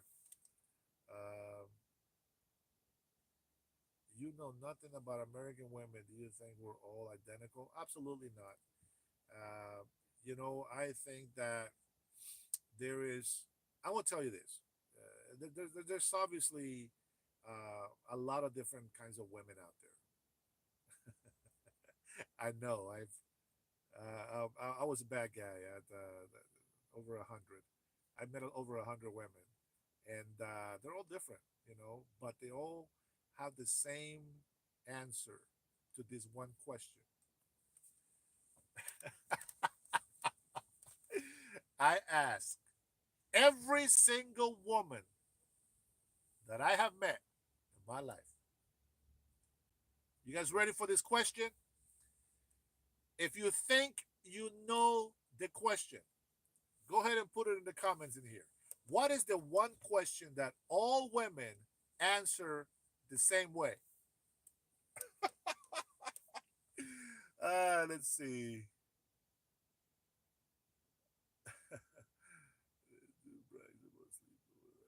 No, no, it's not a brag, man. It's a bad thing, guys. It's a bad thing. Those things in the past are in the past, and this is my history in my life hasn't always been good. Okay, even though I'm not an alcoholic, even though I don't do drugs, women has always been my weakness.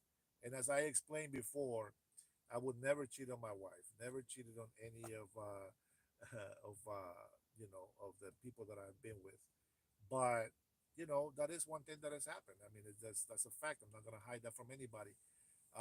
But I was never a cheater. I never used or abused any of the people that I have been with. But yeah, Jesus has changed my life since. So that's in the past, but it's still history. It will still be there. Okay, well, what is the one question that all women will answer the same? It doesn't matter if American or not. If you don't have Jesus, you won't go to heaven. Absolutely, beloved. Beloved, you are 100% correct. We need Jesus. Dante, don't you know? Will you marry me? Who? Me? I'm married. Sorry, you missed out. That's that or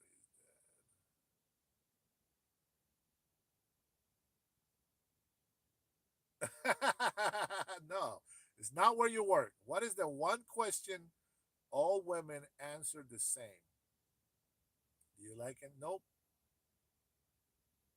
But you have kids out of. I do have kids out of wedlock. I have two. Since you want, if you don't mind, I'll go ahead and share with you. Um, as I mentioned before, I was neglected a lot when I was a kid, and blah blah blah. Missed the family. I wanted to make my own family. I just didn't do it the right way. Didn't really have Jesus, even though I was raised religiously. Never had a relationship with Jesus Christ, but that changed in my life obviously later. But at first, I fell in love with the idea of having that one person be my companion, and the person that I chose was very quiet. To me, she was very attractive. She was this short black girl. That I don't know. I fell in love with her. I can honestly say that she was my first love. And I got her pregnant because I was doing something that I wasn't supposed to. Obviously, I didn't listen to my mother in that time on advice. Um, Even though I listened to my mom and a lot of advice that she gave me, that was not one of them. That has been my weakness, and I think trying to make my own family has forced me to make the mistake of having kids out of wedlock. And so I try to make up, and I was like, you know what? I want to marry her. I got a two-bedroom apartment so that I can have her and my son, and blah blah blah. She was still pregnant with my daughter, which is my second baby. When she was about 5 months old, 5 months pregnant, uh, she broke up with me, and I found out that she was seeing somebody, and so I just I left it as that. And then I met my first wife, and she comforted me, and she saw me crying, blah blah blah. We got married. We had three kids. Was married for 7 years until I found out that she was cheating on me. And yeah, and then I got divorced in 2003. 2011, I met my wife, and we've been married. We got married about a year, almost a year after I met her, because I love the family, the Samoan family, the Samoan culture. I love their unity, and so I married my wife, and we've been married for 13 years now, and that's where I'm at. And then I have two kids with my current wife, so seven kids total in my life. So I still have not seen what is the one question that all women answer the same way. Let's see. I've never been unfaithful in the marriage or out of marriage. I've been cheated on multiple times. It's a curse for men in our family, apparently. Uh,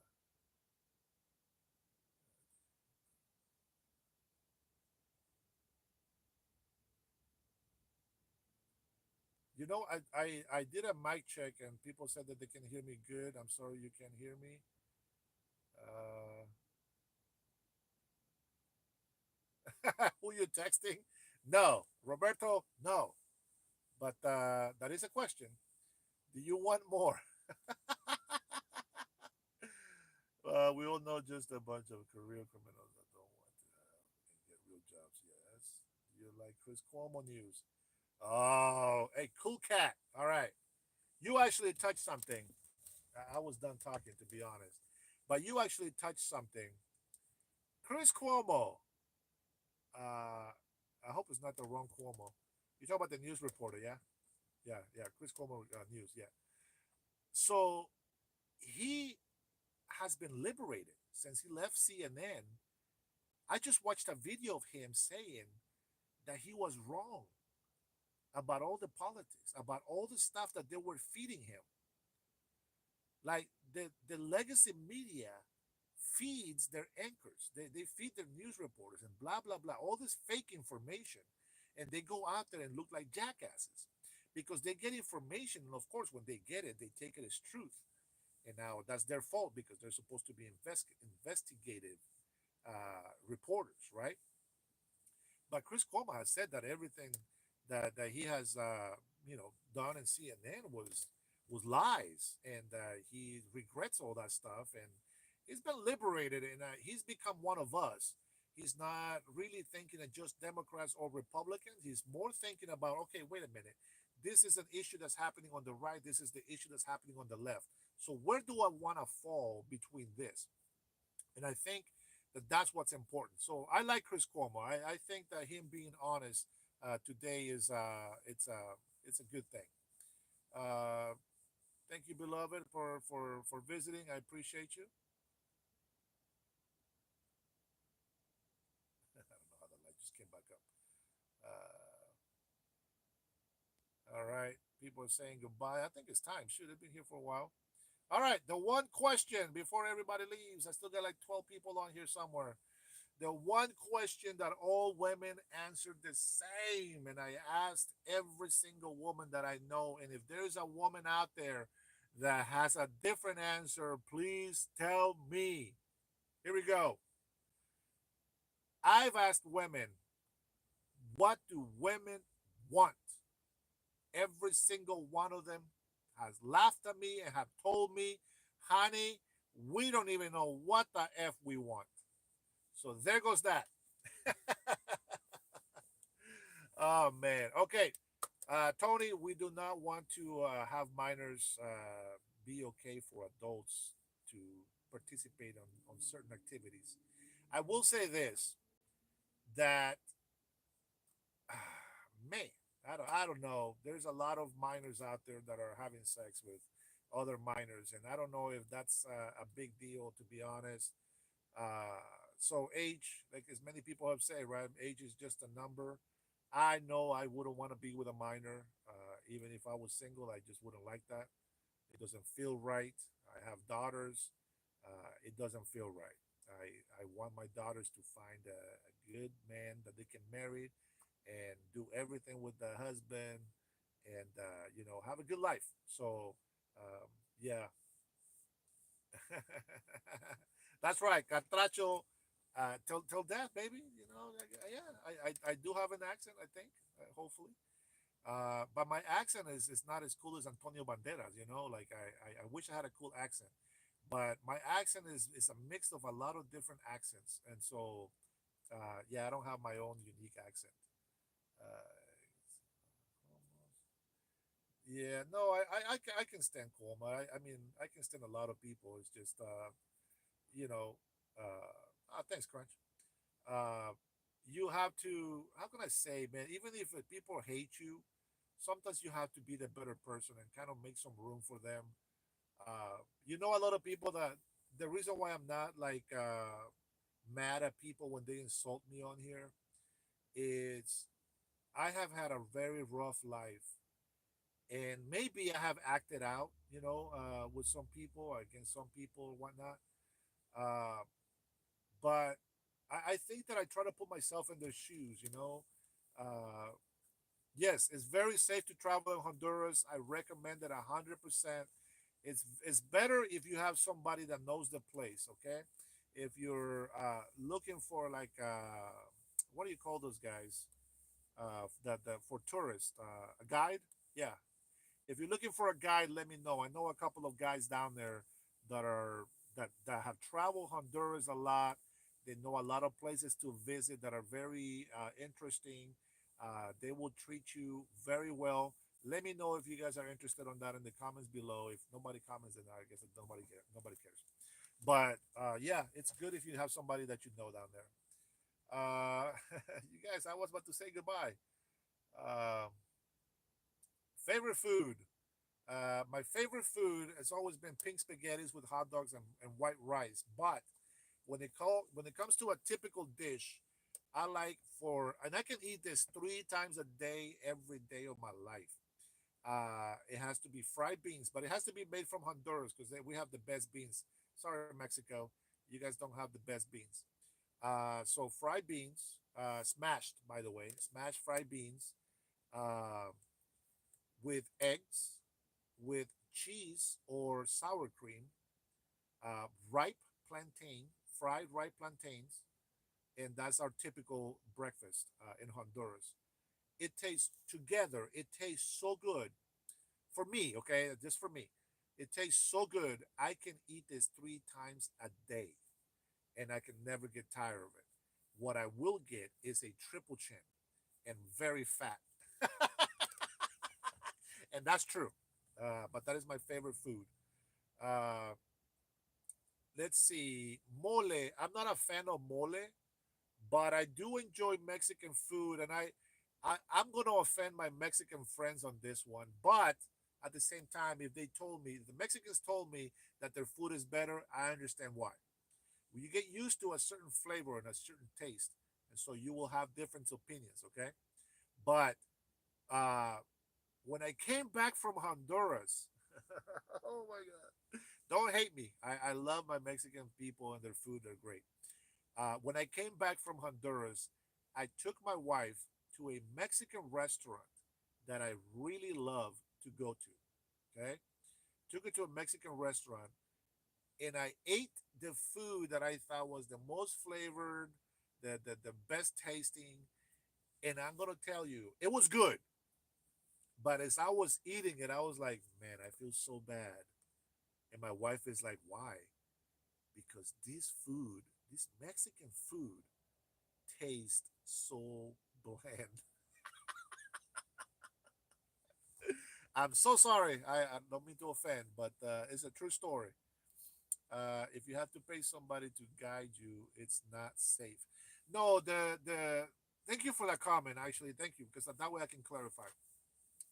The reason why I say to get a guide and to pay is not because it's not safe. It's because like if you go down there and you rent a car, you can drive around the country, but you will never know the spots to go to. Like for example, there is some what we call posas. It's like what do you call this? They're not wells. Pozo means well, but it's like a spot of water in a river where you can swim on, like water holes. Yeah, water holes that are turquoise water color. There's water holes that are very clear. There are spots where the trails are very nicely trimmed and are easy to get to the spot where you can go swimming. There is beaches that are better than others. There is a museum. There is zoos of exotic birds, exotic animals, and that's why it's important to have a guide. There's caves that you can go visit. There is the Mayan ruins. They have tourist buses that go there all the time, etc. So that's what I mean by guides. It's not that it's not safe. I felt 100% safe when I was in Honduras. Okay, we're not talking about age anymore.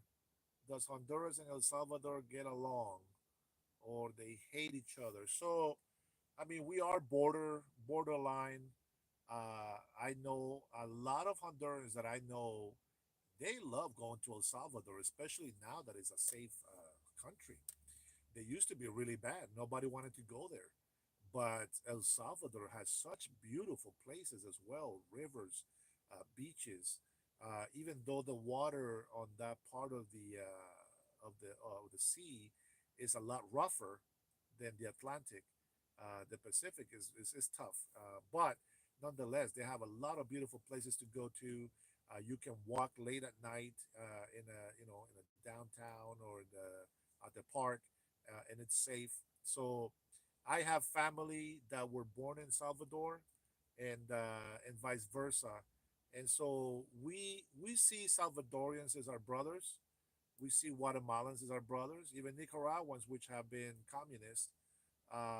Costa Rica, not so much, because we think Costa Ricans are a little bit more stuck up. And it's probably not true, but that's just what we have seen. But yeah, no, I think the countries in the and even parts of South Mexico and Belize, we get along pretty well, I think. All right, let me see what else.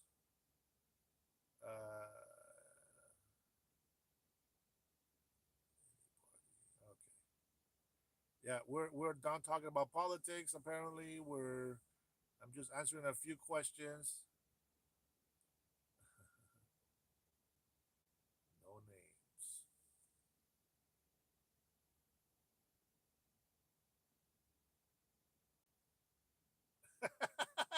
Oh man, you guys are over here fighting on your. Let's see. In New Mexico, we had sopapillas with butter and oh, hey, yeah, yeah. We actually have that in. We actually have. I just got lost my connection there. We actually have those sopapillas in Honduras, but we don't call them that. We call them hojuelas. But yeah, we do honey or syrup.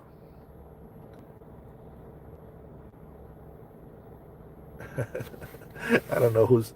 No, I don't wear wigs, but I am working on trying to keep my hair, so hopefully it stays there long enough. Let's see. So, what do you call what? I don't get it. I'm not even gonna read that just in case it's not something good.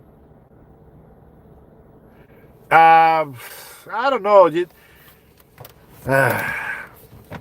I've had Mexican food down in California, and I think it tasted better. So yeah, there goes that. Uh, Barbecue ribs. Uh, my daughter loves barbecue ribs. I am not too much of a fan, but I like ribs.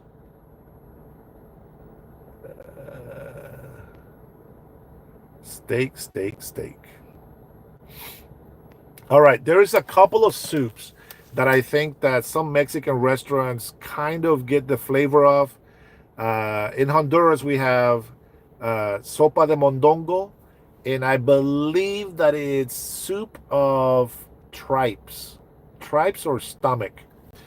And then it's a soup that has coconut milk on it, and it has a sweetness because we put sweet corn in it and the ripe plantain It's also sweet when it's cooked, so it gets a little sweetness to it.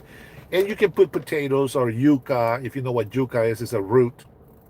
um, and that kind of soup you can actually eat like a sea soup, where you can have conch or shrimp, fish, crabs. You can throw all that in there, and that soup will also be very tasty with the same way. And then we have beef soups that, oh my gosh, in Honduras it has the best beef soup that I have ever tasted. You know what? The next time I might go back in a few months, maybe early next year, when I go back to Honduras, if I remember, I will record a little bit, or at least try to get the name of the restaurant. But when I go to Honduras and the place where we go, there's a restaurant that sells soups, and these people, they just know how to cook the best soups ever that you have ever tasted. Uh, let's see. What else they have? I think when it comes to soups, I think Honduras has the best tasting soups. Though I have had some good soups from Mexican restaurants. I don't know about anything else. Let's see. RK. We call it pozos de water holes. Yeah, in Costa Rica. Any idea why Costa Ricans think they are better? Because they are more Spanish, have the best Latin American economy, highest currency value, no military. That means that they're going to be taken out at any minute. No, Honduras used to have the best value per dollar in Central America, and that has decayed to 26 bucks per dollar. So Costa Ricans are definitely they're up there. I respect them. We're just not as close as Salvadorians and Guatemala and stuff. Uh, Let me see what else. I'm almost running out of time here. It's already past midnight. This is how I cheat on my wife. I spend more time with all these strangers. Uh, let's see. All the Honduras I know are black skin. Any idea why? I had no idea they were black. Funny story. It's interesting that you asked me that. I used to work for Comcast. Now we're not supposed to, but I broke the rules this one time. I used to work technical support, and I was what you called an advocate team, which means that we took care of everything. Not like today, these guys are losers. They don't know how to do customer service. But I got a call from this guy. Now, he asked me, because he was Hispanic, right? He comes to my Spanish line, so I'm speaking Spanish with him, and he goes, "Hey, where are you from? I hear your accent. You sound like you're from Central America." And I said, "Yeah, I'm from Honduras." And he's like, "Oh yeah, me too. I'm from Tela." And I said, "Where you from?" "Oh, San Pedro Sula, Puerto Cortes." "Oh yeah, yeah, okay. So you're white, huh?" And I was like, "I'm not white, but yeah, I guess I'm light skinned." And he goes, "See, I tell my wife, not all Hondurans are black, and she doesn't believe me." She said, "Would you come over for dinner so that my wife can meet you?" Now, this is back then. We didn't have that many Hondurans here in Washington State. I'm sure we have more now, but so I went to the house. He lives in Renton, or lived back then. This is like almost 2 decades ago, okay? And so I went to the house, and the wife asked me where I'm from, and I said, "I'm from Honduras." She said, "Bullshit." She didn't believe me. I said, "Wait a minute. Well, wait a minute. I am from Honduras. What makes you think I'm not from Honduras?" If I said I'm from Honduras, I'm from Honduras. He goes, "Yeah, right. My husband probably paid you to come over here and say it." Man, I didn't know what to say. I didn't have my passport. I didn't have no proof that I was Honduran. All I had was myself and he that knew that I was Honduran because we had the same accent. So it's funny that you mentioned that Honduras has a lot of blacks. See, Honduras has a lot of African descent. And when I came to this country, I learned racism because of the Americans that are weak-minded. But in Honduras, we grew up with black Asians and Indians and everybody. We're just Honduran, and so I don't see people any more or less than me. I'm not afraid of black people. I'm not afraid of white people. I don't think anybody should be afraid of me as well. But there is a lot of black. There's a lot of black and mix in Honduras for sure. I don't have a don't have a skincare routine. I probably should. When will you leave America? Well, I mean, technically, right? America is the whole continent, but the United States of America. Uh, as many of you, I have been disappointed with the government, and here in Washington State, being that is not that it's a Democrat state, and I don't care about parties, but the way that it's being ran, with a lot of sexual immorality, just going crazy everywhere.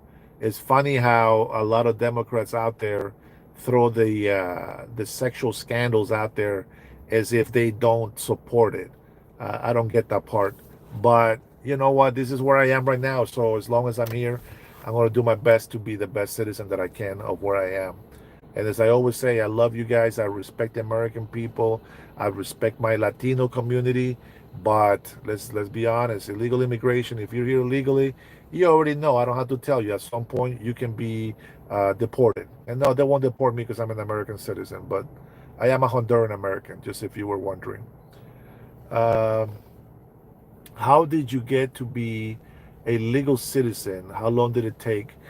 Uh, well, so when you become a resident, technically it's 5 years, and then you can apply for your citizenship.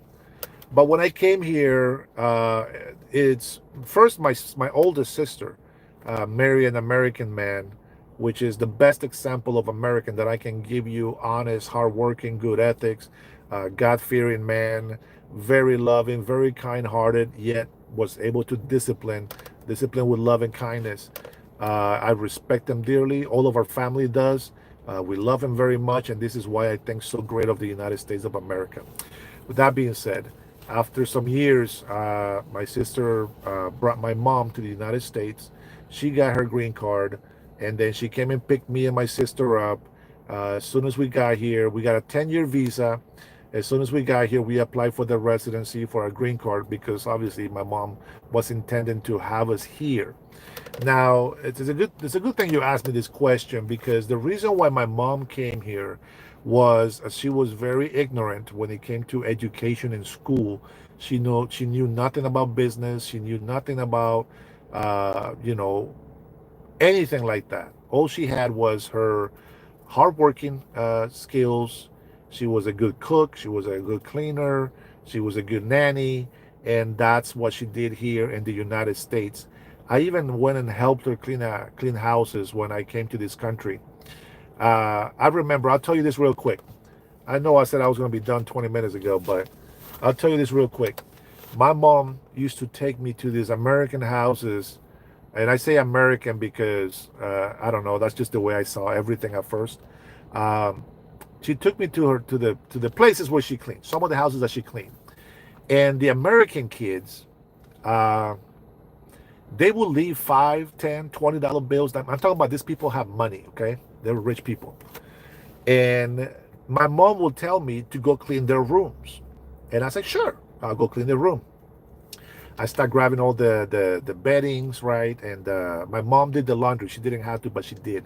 So I grab all the beddings, put everything together, gave it to my mom, and then I put the new beddings that they had in the closet, the linen closet, all this stuff in there, and then I will pick up all the dollars, the quarters and dimes and nickels and everything, right?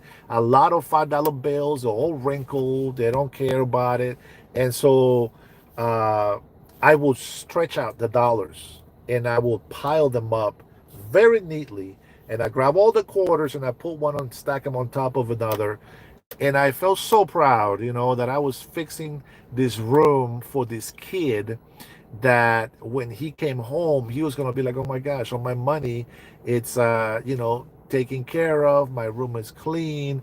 And I will tell my mom, she will come in and she will just vacuum and clean the blah, blah, blah.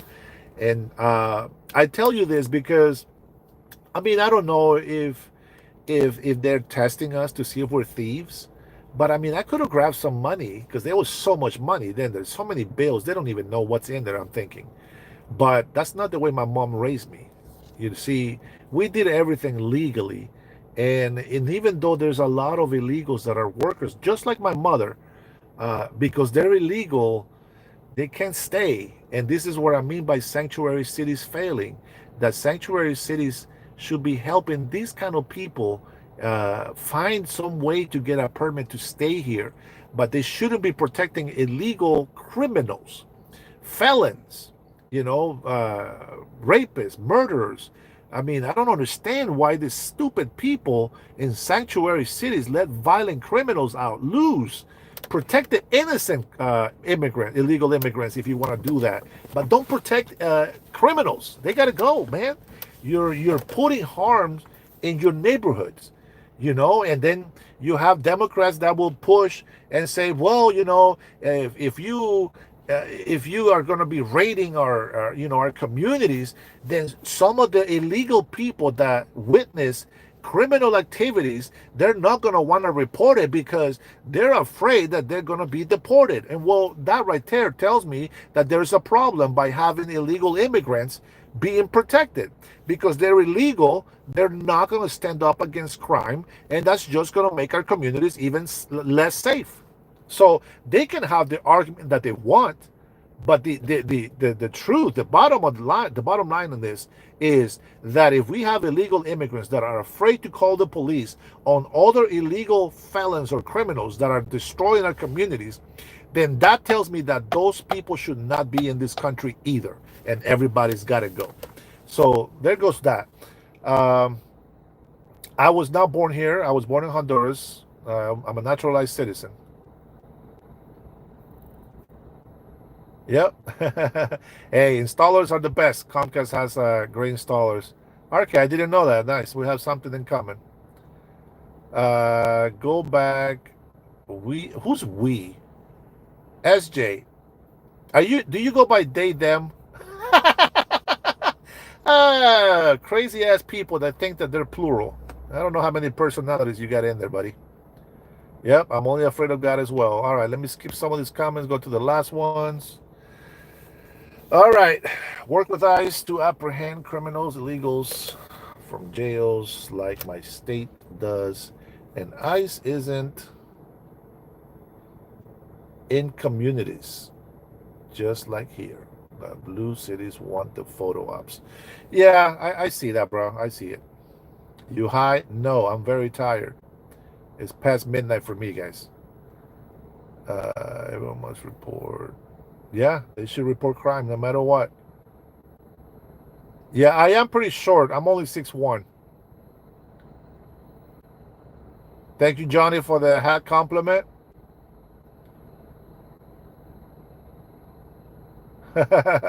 I'm not safe because I have a MAGA hat on. I'm safe because I'm in the United States of freaking America, baby. The land of the free and the mighty. You want to see my birth certificate from Honduras? I know. I need to carry it so I can prove it to people. Uh, yes, I voted for this, baby.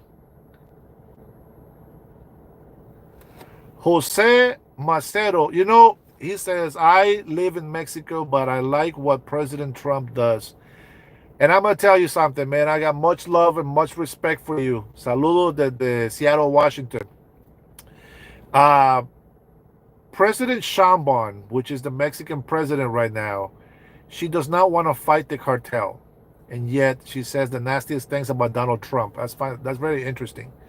But you know what, Marcelo, is Mexico, Jose Marcelo, Mexico is such a beautiful country, man. I'm going to tell you, I went to uh, Manzanillo, Colima, or Colima, Manzanillo. I think it's Manzanillo, Colima. It's a very small town in Colima. And when I landed on the airport there, I thought I was in Honduras. The old Honduras, not the Honduras today. The airport's a lot better. It's still crappy, but it's a lot better. But I landed in Manzanillo at the airport, and I was driving. I could have swore that if I drove south just a few hours, I would be in Honduras. The nature is so beautiful. The ocean is beautiful. When I was in town, I was amazed by the hospitality, the kindness, and the respect of the Mexican people. I remember I was walking down through El Pueblo in Manzanillo, and there was this guy. He had a carniceria, a butcher shop, and he was out there making tacos. Now he had a pancreas, some what's the word? Riñones. How do you say riñones in English? Kidneys or whatever, right, from the pig and all that stuff. And he had them on this big frying pan, whatever, a slow heat. And he asked me if I wanted a taco, and I said, yeah, sure. So he gave me a big tortilla because they also make tortillas there, right? And so I grabbed the tortilla, and then I grabbed the pancreas. And he says, do you know what that is? And I said, yeah, it's a pancreas. And he's like, you gonna eat it? I was like, yeah, of course. And so I grabbed it, put some salt, some lemon, a little bit of chile, right, spicy, and then I took a bite. And I was like, oh man, this is really good. Thank you so much. And he's like, well, here. And then he actually went and invited me for lunch. So he actually went and chopped down some beef and made some other tacos and gave me a beer. I was like, oh my God, dude, I'm a stranger, and yeah, I'm always polite, of course, but the kindness, right? The hospitality, the way that he brought me in into his business, his home, that was very special. And I thought, wow, at least one person in Mexico is very nice. And then I went to the plaza, and there was a bank. I needed to get cash out, and there was no ATM. And so I go to the bank on the outside. There's a glass door, and I can see there's a line of people in there, and there's no room for anybody to go in there. But outside, it's about 100 degrees, and I see the guard inside the bank talks to the people, and I see people nodding like this, right? He opens the door and he says, "Come on in." And I was like, "Are you sure?" He's like, "Yeah, come on in. It's hot out there. It's nice and cool in here. Don't worry." And so I went in there, and I was like, "Man, that's pretty nice, very nice." And then I went to the market. The airlines didn't they lost my luggage, so I had no clothes. I had to buy some clothes. I wanted to get some sandals, I wanted to get some shorts, some tank tops, etc., right? And I go into this market, and mind you, I'm experiencing the Mexican effect, right? The Mexican hospitality. And I go inside the market, and I find myself lost because somebody told me that I can buy clothes at this market. All of a sudden, I got this old lady. She comes up to me and she goes, "Hey, do you need any help?" And I say, "Oh my God, thank you so much. Do you work here?" And she goes, "No, no, no. But I know this store. What are you looking for?" And I said, "Oh, I'm looking for some sandals." She said, "Yeah, come on, follow me." And she took her time to take me to where the sandals were. And then she goes, "Is there anything else?" "No, thank you so much." And I was like, "Oh, shoot, I got to buy my shorts." But the lady had left. And then so I'm wandering around the store again. It's a big store. And I'm wandering around the stores, and I'm like, man, what the hell? When am I going to get some shorts? This older man comes to me, and he says, "Hey, how are you? Do you need some help?" And I said, "Oh my God, thank you so much." I said, "A lady that doesn't work here, she just helped me to get these sandals. Do you work here?" He goes, "Oh, no, no, no, but I know this store really well." He said, "What are you looking for?" "Well, I'm looking for some shorts and some tank tops." "Oh, no problem. You're not going to find it here. You got to go to the second floor." I was like, "Oh, okay, there's a second floor?" And she's like, "Yeah, there's a second floor." And so he took me over there, walked me, by the way, took me over there, and I'm just like, wow, this is the Mexican people. And I'm like, man, the United States people kind of talk bad about Mexican people. And so I am going, with this thing like, oh my gosh, the carnicero, right? The butcher man, and then the bank people and the security, and then the citizens over here of the town. And then somebody invites me to a rodeo, the greatest thing that I have ever seen in my life. It's a rodeo in Mexico. We were in line, and there were some Mexican dudes that were drunk like a motherfucker. Drunk. And I'm like, oh man, there's gonna be a fight. Somebody's gonna fight. And I'm not gonna lie, there's some hot Mexican senoritas coming through the line because their family is ahead of us. And these guys take their hat off. Excuse me, señorita, go ahead. And I'm like, whoa, where's the, where's the whistling? Where is this whole, thing, that the Mexicans do? And because in my country we do this, we do that as well, right? If you're from the street, unless you have respect. And so I was like, wow, these people, they're drunk, and yet they're still very kind. They're respectful to these ladies. And I'm just like, wow, Mexico is not what I thought. And this is why I think Mexicans should just go back to Mexico. I'm sorry. If you're here illegally, Mexico is beautiful. Go back there, be a hard worker over there, and build your country. Anyway, so I go inside the rodeo, and what do I see? On the stands, I see grandparents, I see kids, I see families. Of course, the vendor, right, that's coming in with the chips and the drinks and whatnot. And they play the music, and they play some cumbias, right, or some type of Mexican music. And as I'm looking down at the rodeo up in the area where the bulls and the guys are, there is a guy that's so smooth. You have no idea how much I enjoyed watching this guy dance with this girl down there. And here is the most amazing thing to me. And this is what I love about Mexican people. At least Manzanillo Colima represented for Mexico to me. I turned around and I see everybody on the stands standing up. I see grandparents dancing with their grandchildren. Every Mexican in there is just festive, dancing, laughing, celebrating, drinking, and I saw no fights. I saw no disrespect. The only thing I saw was this little child, this little girl, she's probably about 10 to 12 years old, misbehaving, and grandpa swat her in the ass. One time. That's the only violence that I saw. And that was a good a good violence. But I'm telling you, my Mexican people, man, hats off to you guys. You guys are wonderful people, but if you're in this country illegally and you're disrespecting the Americans, I'm sorry. That's not who your people are supposed to be. Let's see. I'm Canadian. Debbie says I'm Canadian and I lived throughout Mexico for 3 years. The people were amazingly welcoming. Love my. Absolutely. Debbie, thank you for your comment. That is 100%. Dyslexic. No, they don't sound like criminals. They are criminal. Everybody's a criminal if they break the law, right? But there's also bad felon criminals, like rapists and murderers and all this stuff. And that's the people that we don't want here.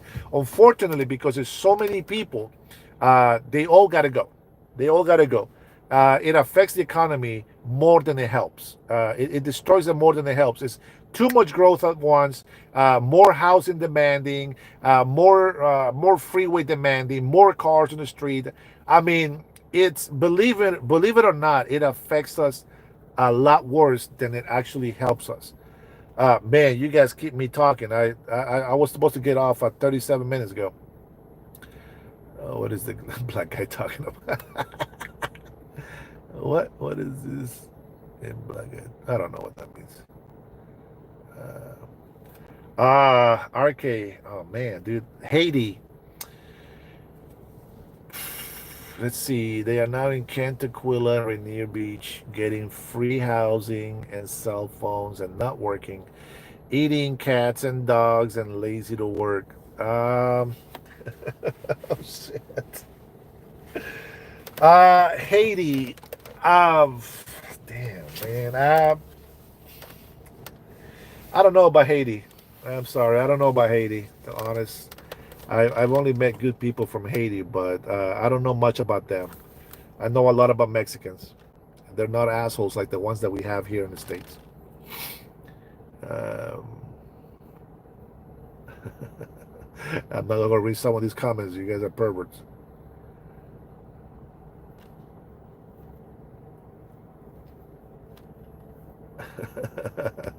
All right. Let me see. Am I going to read any more of these comments?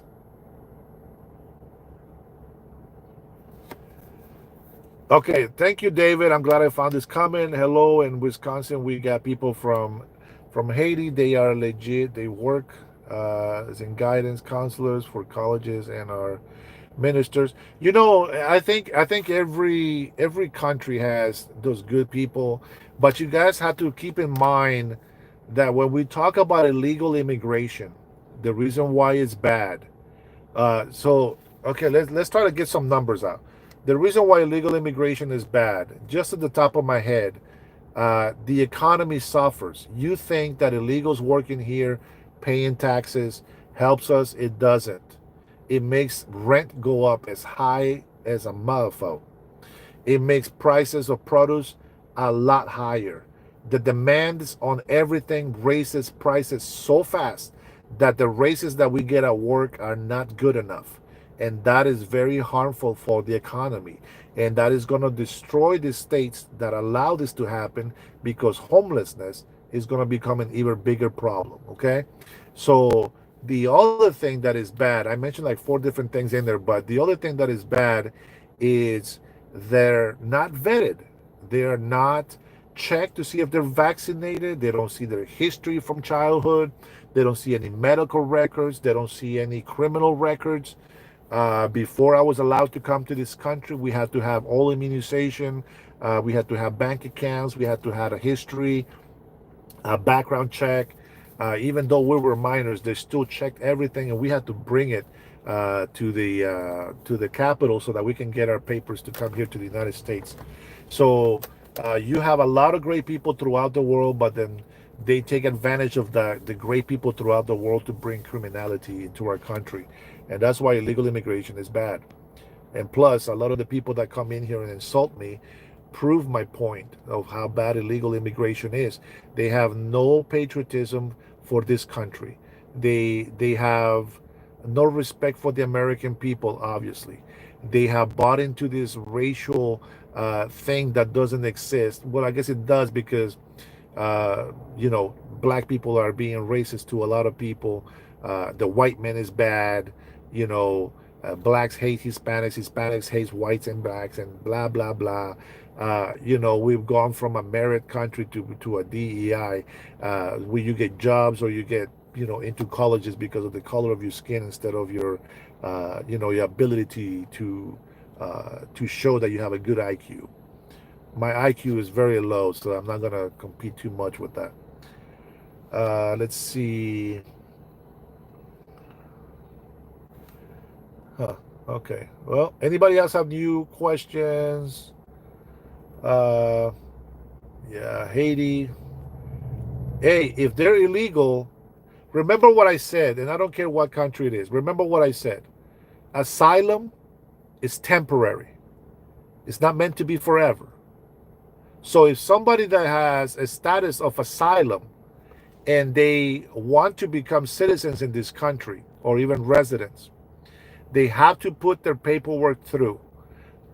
The reason why a lot of legal paralegals and lawyers support illegal immigrants is because they're making bank off of them. When I applied for my citizenship, I went online to the website, I answered all the questions, filled out the forms, and I paid my fee. I think it was like $800. I can't remember, but something like that, right? There's a fee to apply for citizenship. A lot of illegal immigrants that are ignorant with filling out paperwork, they pay thousands and thousands and thousands of dollars to lawyers, paralegals, so that they can fill out paperwork for them. And they think that because a paralegal or because a lawyer is filling out papers, that they are safe from deportation. But they're farther from the truth. They're just taking their money. They're not going to give you papers. That's not their job. That's not their responsibility. And it's not what they do anyway. So there's that. Uh, let's see what else you guys have here. Man,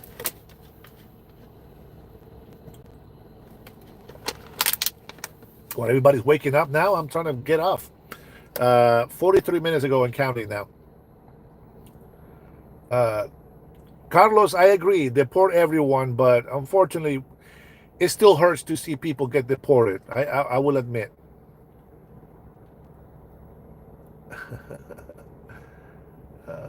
Let's see. Free hotel, free housing. Ah, man, I'm with you. You know, I don't. My mother taught me that if we come to America, we're gonna come here and work hard. We're gonna show Americans that we deserve their respect. We're gonna show them that we can do something for this country. That we will try to make it better. And well, that's what I'm trying to do, my friend. And I think that a lot of people that migrate to this country, they forget that. I will say there is a lot of Latinos for Trump, and it doesn't mean that they're just Trumpsters. They're for Trump because Trump is being a patriot to this country, and that's what we appreciate. We left our country for a reason, right? So there's a lot of Latinos that are supportive of Americans, and that's what makes them great Americans themselves. And so a lot of people don't do that. Let me see who's qualified. Let me see. I read something here. Oh man, I missed it. It just went away. I missed that comment. If you can post it again. Well, the 34 counts of felony, those were made up. That's bullshit. That's not true. It's not legit. But if you want to believe the same people that told you that there was a Russia collusion and there wasn't, if you want to believe the same people that had their own private server at home to do political business and meddle with politics and are voting or meddling into their opponent campaigns, if you want to believe those people that break all those rules, if you want to believe crooked Hillary, Obama, Biden, which wasn't there most of the time, and all these corrupted politicians that you have proof, that you have seen, that they have come out to the open, if you want to believe them that Trump is a felon, you go ahead and do that. But if you do that, you better believe Maxwell when she comes out with some names and she starts spilling her guts and making deals. Maybe she gets immunity, but she's going to spill the beans on a lot of people that you are defending. And you call in Donald Trump a pedo or this, whatever you want to call him. But you are listening to the same people that you know that have been lying to you for all this time. So you make a decision on who you're going to listen to. I don't support a felon. And we call him a felon because I think it's funny. But I don't believe that he's a felon at all. Yeah, Delta Airlines, we're needing more black pilots. I'm more in need of capable pilots, not colored pilots. I don't need a white pilot or a pink or a yellow or a red pilot. I need a pilot that knows how to fly the damn plane, male or female. As long as you know how to fly the damn plane, that's what I need. I don't need a color to tell me who should be flying a plane. My mother is a hotel cleaning criminal. So what kind of besides? I'm assuming that she's illegal, uh, which is also a criminal. But there's different levels of criminals. There are felons, which any person that comes to this country illegally commits fraud, and committing fraud is a felony.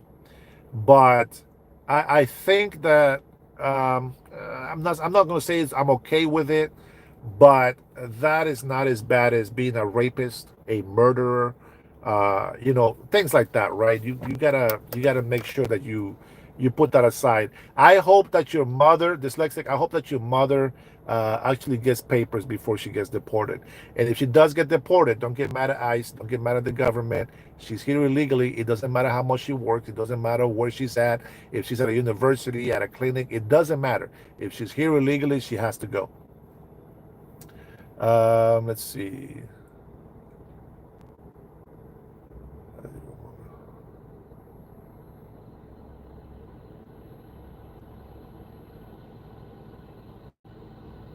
I missed that comment. Whoever talked about the marriage thing. My wife was born here and she was sent to El Salvador. Why was she sent to El Salvador? I don't believe that. I don't believe that. Uh, maybe she committed fraud. Maybe you don't know your wife was as good as you thought you did.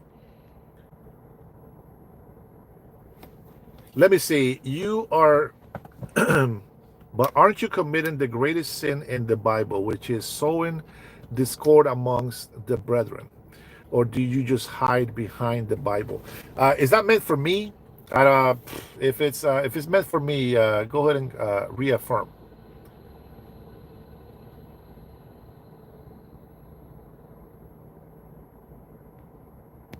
I love it when people want to quote the Bible to me.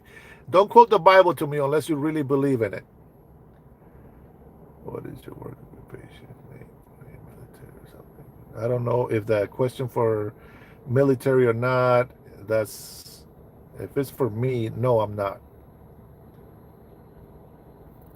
I can't disclose what I do for a living. It's not illegal, but it has to do with things that are not supposed to be said. They're like a government. It's just like some federal law that prohibits us from talking about it. It's not a bad thing. It's just like, if anything, I can say we make circuit boards, electronic stuff. Go back to whatever country you came from. I don't know who that message was for. Would not be on the side of billionaires. Ha! All right. Here we go. So I guess that comment was meant for me. I'm not sure. Uh, why would Jesus not be on the side of the billionaires? You go ahead and explain that one to me. If you think that I am being this, you know, making a discord amongst the brethren, uh, let's not forget that Jesus said that he came to turn fathers against sons and sons against fathers. He came to cause people to be persecuted. The reason why he says that is because there's always going to be people that listen to the truth and accept it. And there's also going to be people that listen to the truth and deny it. And so you're always going to have a rivalry. You're going to have a debates, conversations, maybe fights over things. And this is why I don't say the Democratic Party is a bad thing.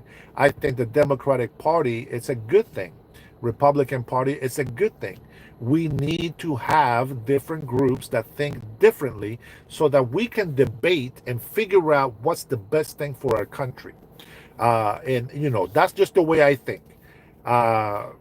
We have had good Republican presidents, not the best, but we have also had not so good, the Democrats as well. So we need to have different parties so that we can debate and talk about things. Not just insults. You guys can talk about something else. Uh, I don't work in the shipyard. Uh, don't work in the fields.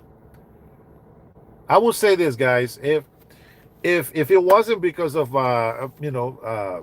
some physical disabilities that I have, it's not like I'm disabled. I can work and do a lot of physical things, but I have a bad back.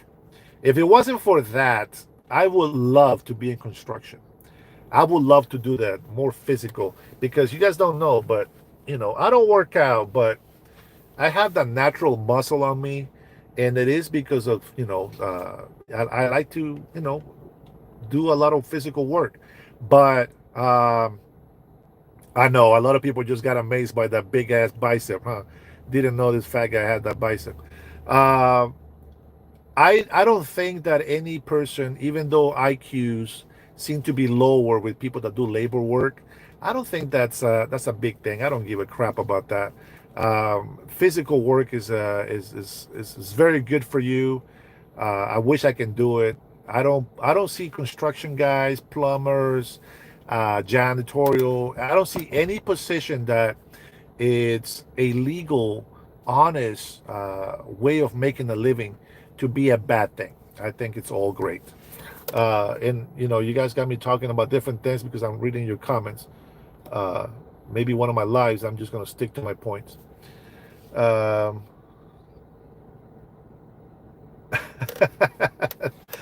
Spooky, thanks for hanging in there, brother. His eyes tell you he's empty in his head. Is that what my eyes tell you? I'm empty in my head. I'm very tired. Okay, so the rich man can't enter heaven. Why is that? Why do you think that is? So the biggest example was that the rich men have so much love for money and are so materialistic that they will never be able to get rid of those things, and therefore they will not be able to go into heaven. But what do we see? There's a lot of rich people out there that help a lot of communities. They help a lot of people. And of course, they don't give away their wealth because if they don't have wealth, how are they going to help? Right? So, like for example, and you guys, if you guys want to test me, go ahead. Go ahead and do a GoFundMe for Dennis Herrera, and go ahead and raise $5 million for me. And I'm going to tell you that this $5 million is not going to be enough. There is so many people that need so much help. I would start with some small villages that I know that are in very big, huge need of housing upgrading, tsunami upgrading defenses. So there's not enough money that I can have to help people. But if I was a billionaire, I think that I would be building a lot of things to help many people. The need will never stop, but you also have to be careful when you're helping people with money, because then they get lazy and they don't want to work for themselves and they don't want to do anything for themselves. So let me see, what else do we have here? Do you have an opinion about recent rhetoric between the United States leadership and Kremlin regarding a willingness to engage in a nuclear war and the recent deployment of nuclear submarines? So I kind of made a comment about nuclear war. If Russia, China, and North Korea go to war against the United States, we will obliterate them. We will beat them. They're no match to us. We have the greatest military power on earth. But the problem with it is that if they do decide to go nuclear, one thing is that we have heard all these bad things about Russia. And well, we can see it. They're attacking Ukraine, they're doing things that they're not supposed to.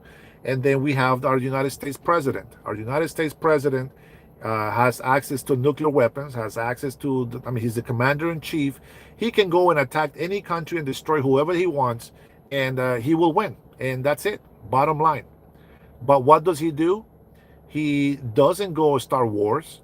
He doesn't go and tell Putin, hey, listen, if you don't stop attacking Ukraine, we're going to destroy you, because we can.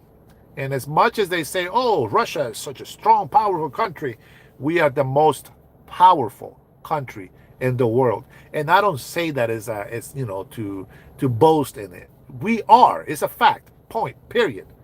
But like Donald Trump says, and this is the difference between those communist presidents that want to destroy the world. President Donald Trump says war is a waste of money and human life. President Donald Trump was business to be booming for every country, because that's how the economy grows and that's how people have their homes and have their dreams come true. So I wouldn't read too much into whatever the hell Putin says from Russia. Trump and Seahawks, he's just straight up rage bait.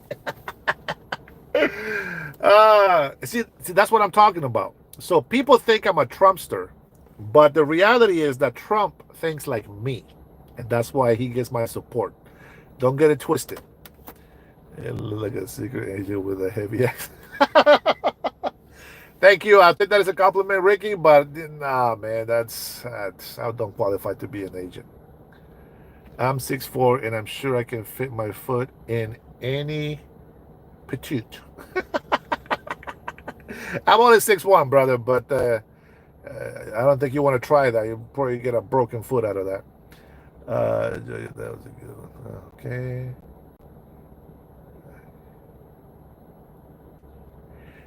Riley, you keep getting Trump supporters, streamers, because you have been lied to for a long time. And we believe that you are just as important as any other American in this country. And we want you to know the truth. It's not about a party. This is a statement to the world and for those corrupted politicians that hate our country. We want our country to be great, as it should be. Nobody's talking about nuclear war, submarines. Yeah, I mean they don't want to touch that. The moment they do that is the end of the world. That's for sure. And with that being said, Jesus would come back for his church and his people. So hopefully that doesn't happen anytime soon. I'm a retired Teamster, 40 years, truck driver. Unions build the middle class and can once again. Uh, I don't like unions too much. Now I was a stewardess for a union, but I don't like unions too much. I do like a lot of the things that they do and how they fight for employees, but sometimes I have like mixed feelings that maybe this is why some employees don't get as much as they should, because the union also has to make money off of it. All right, let me skip some comments here. Look like the thing. Thanks, bro. I appreciate it. Hebrew prayers. Hebrew prayer is more stronger. Remove the more. Stronger already includes more. Uh, I would say no. I would say that prayer that's stronger is the one that is made with faith. Yeah, if we have nuclear weapons, nuclear war is mutual destruction guaranteed. If we attack fairly with just the powers that we have, we win. America always wins. They won't be able to sustain themselves. Um, South Korea wouldn't join them. South Korea doesn't like North Korea, and South Korea knows that North Korea is in bed with China and Russia. Nobody wins in war, 100%. Russia has more experience in war. Well, I will say this: Russians uh, did beat Hitler, so there's that. But today and age, they don't compare. They're still trying to figure out how to make those tanks run. All right, I think Jesus is almost. Oh my God, I was supposed to stop an hour ago. You guys are crazy. But I like your questions. I like that. I like.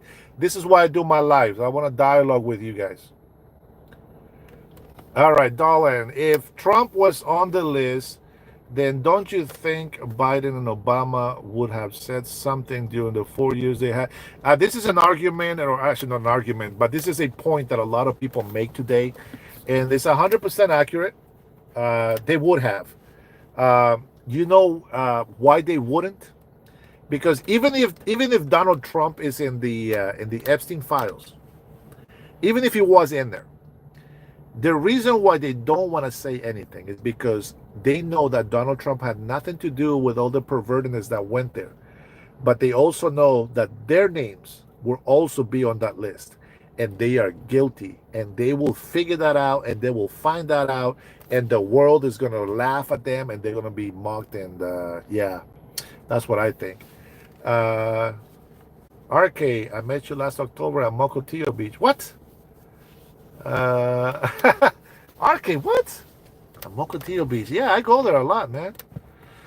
Man, I wish I can. Well, I don't know RK, but hey, man, more power to you, brother. Washingtonian, I appreciate it. Yeah, no, I'm in Everett, close to Mokilteo. You know that. Russia has lost, man. Russia and Ukraine, bro. They have lost too many people to a stupid war. Uh, Let me see. He literally just passed the biggest trade deal for Ukraine. Hey, Trump is doing everything he can. Trump is doing everything that he can to bring peace to the world, but also to take care of the American people. And that's not an easy thing to do. Let's see. Be honest, America is an amazing country full of amazing people. You guys are all beautiful and wonderful. You guys help the world so much. And I'm happy to include myself with you guys. I really am. God bless every single one of Americans. Yeah, nothing to brag. I agree.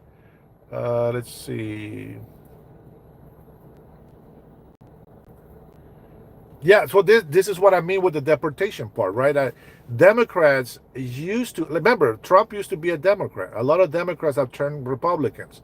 Uh, the Democrats used to fight for this country. Democrats used to care about these people. You know, I know Democrats were the creators of the KKK, and they have been the racist party, and there has been a lot of things that have followed them for many decades, if not hundreds of years, right? Or since the party was created. But they have changed a lot of things, you know, and I've seen these changes, and they have fought for the people, and it's a great thing, you know. But now it's like they've gone the opposite direction. They are going more towards the communist side, you know. They support this Mondani from New York. You guys heard about him, right? They support him um, with his, they call him a socialist democrat, but what he's doing is complete communism. I don't understand that. Like people should look up what the socialists and what communists are, you know, and you'll find the difference between them. Maybe I should look it up so I can quote it, but now you guys can do that on your own. Let me read some more comments here before I take off. That's in Russian. I have no idea what you said, but I think you said in Russian. It's written. It says. Uh, The MAGA movement is great. America is great. Texas rocks. That's what I understood from the Russian writing. If it's wrong, it's okay. What I said was better anyway. Um, yes, Democrats were the party of slavery. And guys, the Democrats had changed all that. They were actually for the working American people. They were for a lot of good things, and they tried to do right by the people. But what we have today is not the Democratic Party anymore. We lost it, and we want it back. We want our Democrat Party back. We got to get rid of all these clowns that are destroying the Democrats. I keep hearing this bullcrap from these corrupted politicians. It's unconstitutional.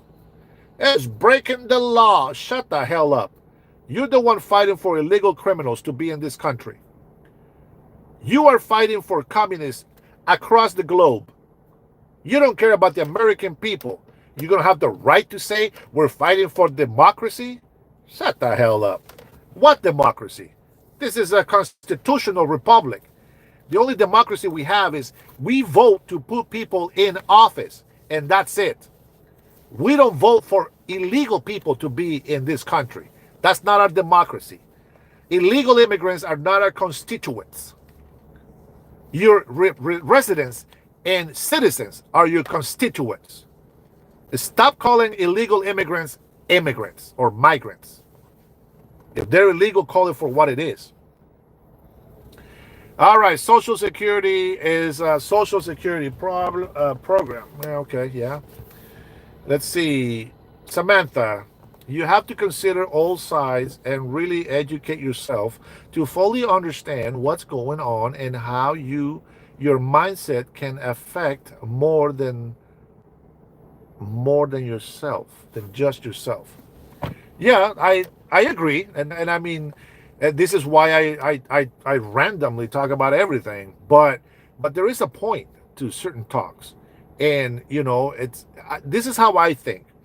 I think that when I tell you something and you don't understand it, I try to find a way to try to convey it, and in the process I probably lose you, but I try to figure out a way to make you understand why I have come to this conclusion. Like, for example, the way that I think today is I have studied the Bible many times. I've studied prophecy. I have studied history in our country. I don't remember specific scripts or specific dates, but I have studied the most important things, and this is what creates me as a human being today. I have seen the suffering, I have seen the problems, and I have seen the consequences of bad decision making, and I have seen how trust has been broken, and I have seen how a promise has been made and the promise has been broken. I have seen how governors rule, and when they're successful and when they're not successful. And so I put all those things together. I see the negative until I cannot see the negative anymore, and then I come to my conclusion and say, this is the best that I can do and say. So that's me in a nutshell. Uh, it's not the Democrats of 5 years ago. It's not the Democrats of 15 years ago. They really aren't. It's so sad to see the Democratic Party being destroyed. I really hope that the Democrats really come back. LGBTQ is finished. Guys, be nice. Uh, I'm going to say this. I want the LGBTQ to disappear. But what I also want to see is that we respect people's way of life. Keep it private, keep it to themselves, but don't be a bully. This is why this whole thing started. They started defending themselves because people kept insulting them and belittling them, and just, people get embarrassed and they react in a different way. I don't give a crap what anybody's insult goes towards me. The only thing is, you hit me, I'll hit you back. But you can insult me all you want, and you're gonna make me insult you back. So you better be able to handle it. I have a really bad mouth when it comes to insults. I am not that kind of Christian. Uh, Dude, I hope Didi does not get pardoned. Number one, I hope not. Bastard should be in jail for many, many years, decades. It's not communist. Get your definitions correct. Do you know anyone on Social Security? Do you know anyone that is on Medicaid? Yes, I do. So, what do you think a communist is? Why don't we do this? Let's go ahead and read the definition of communist. Let me look it up because I'm going to read it word by word. The definition communist. And we're going to go ahead and compare communist versus socialist.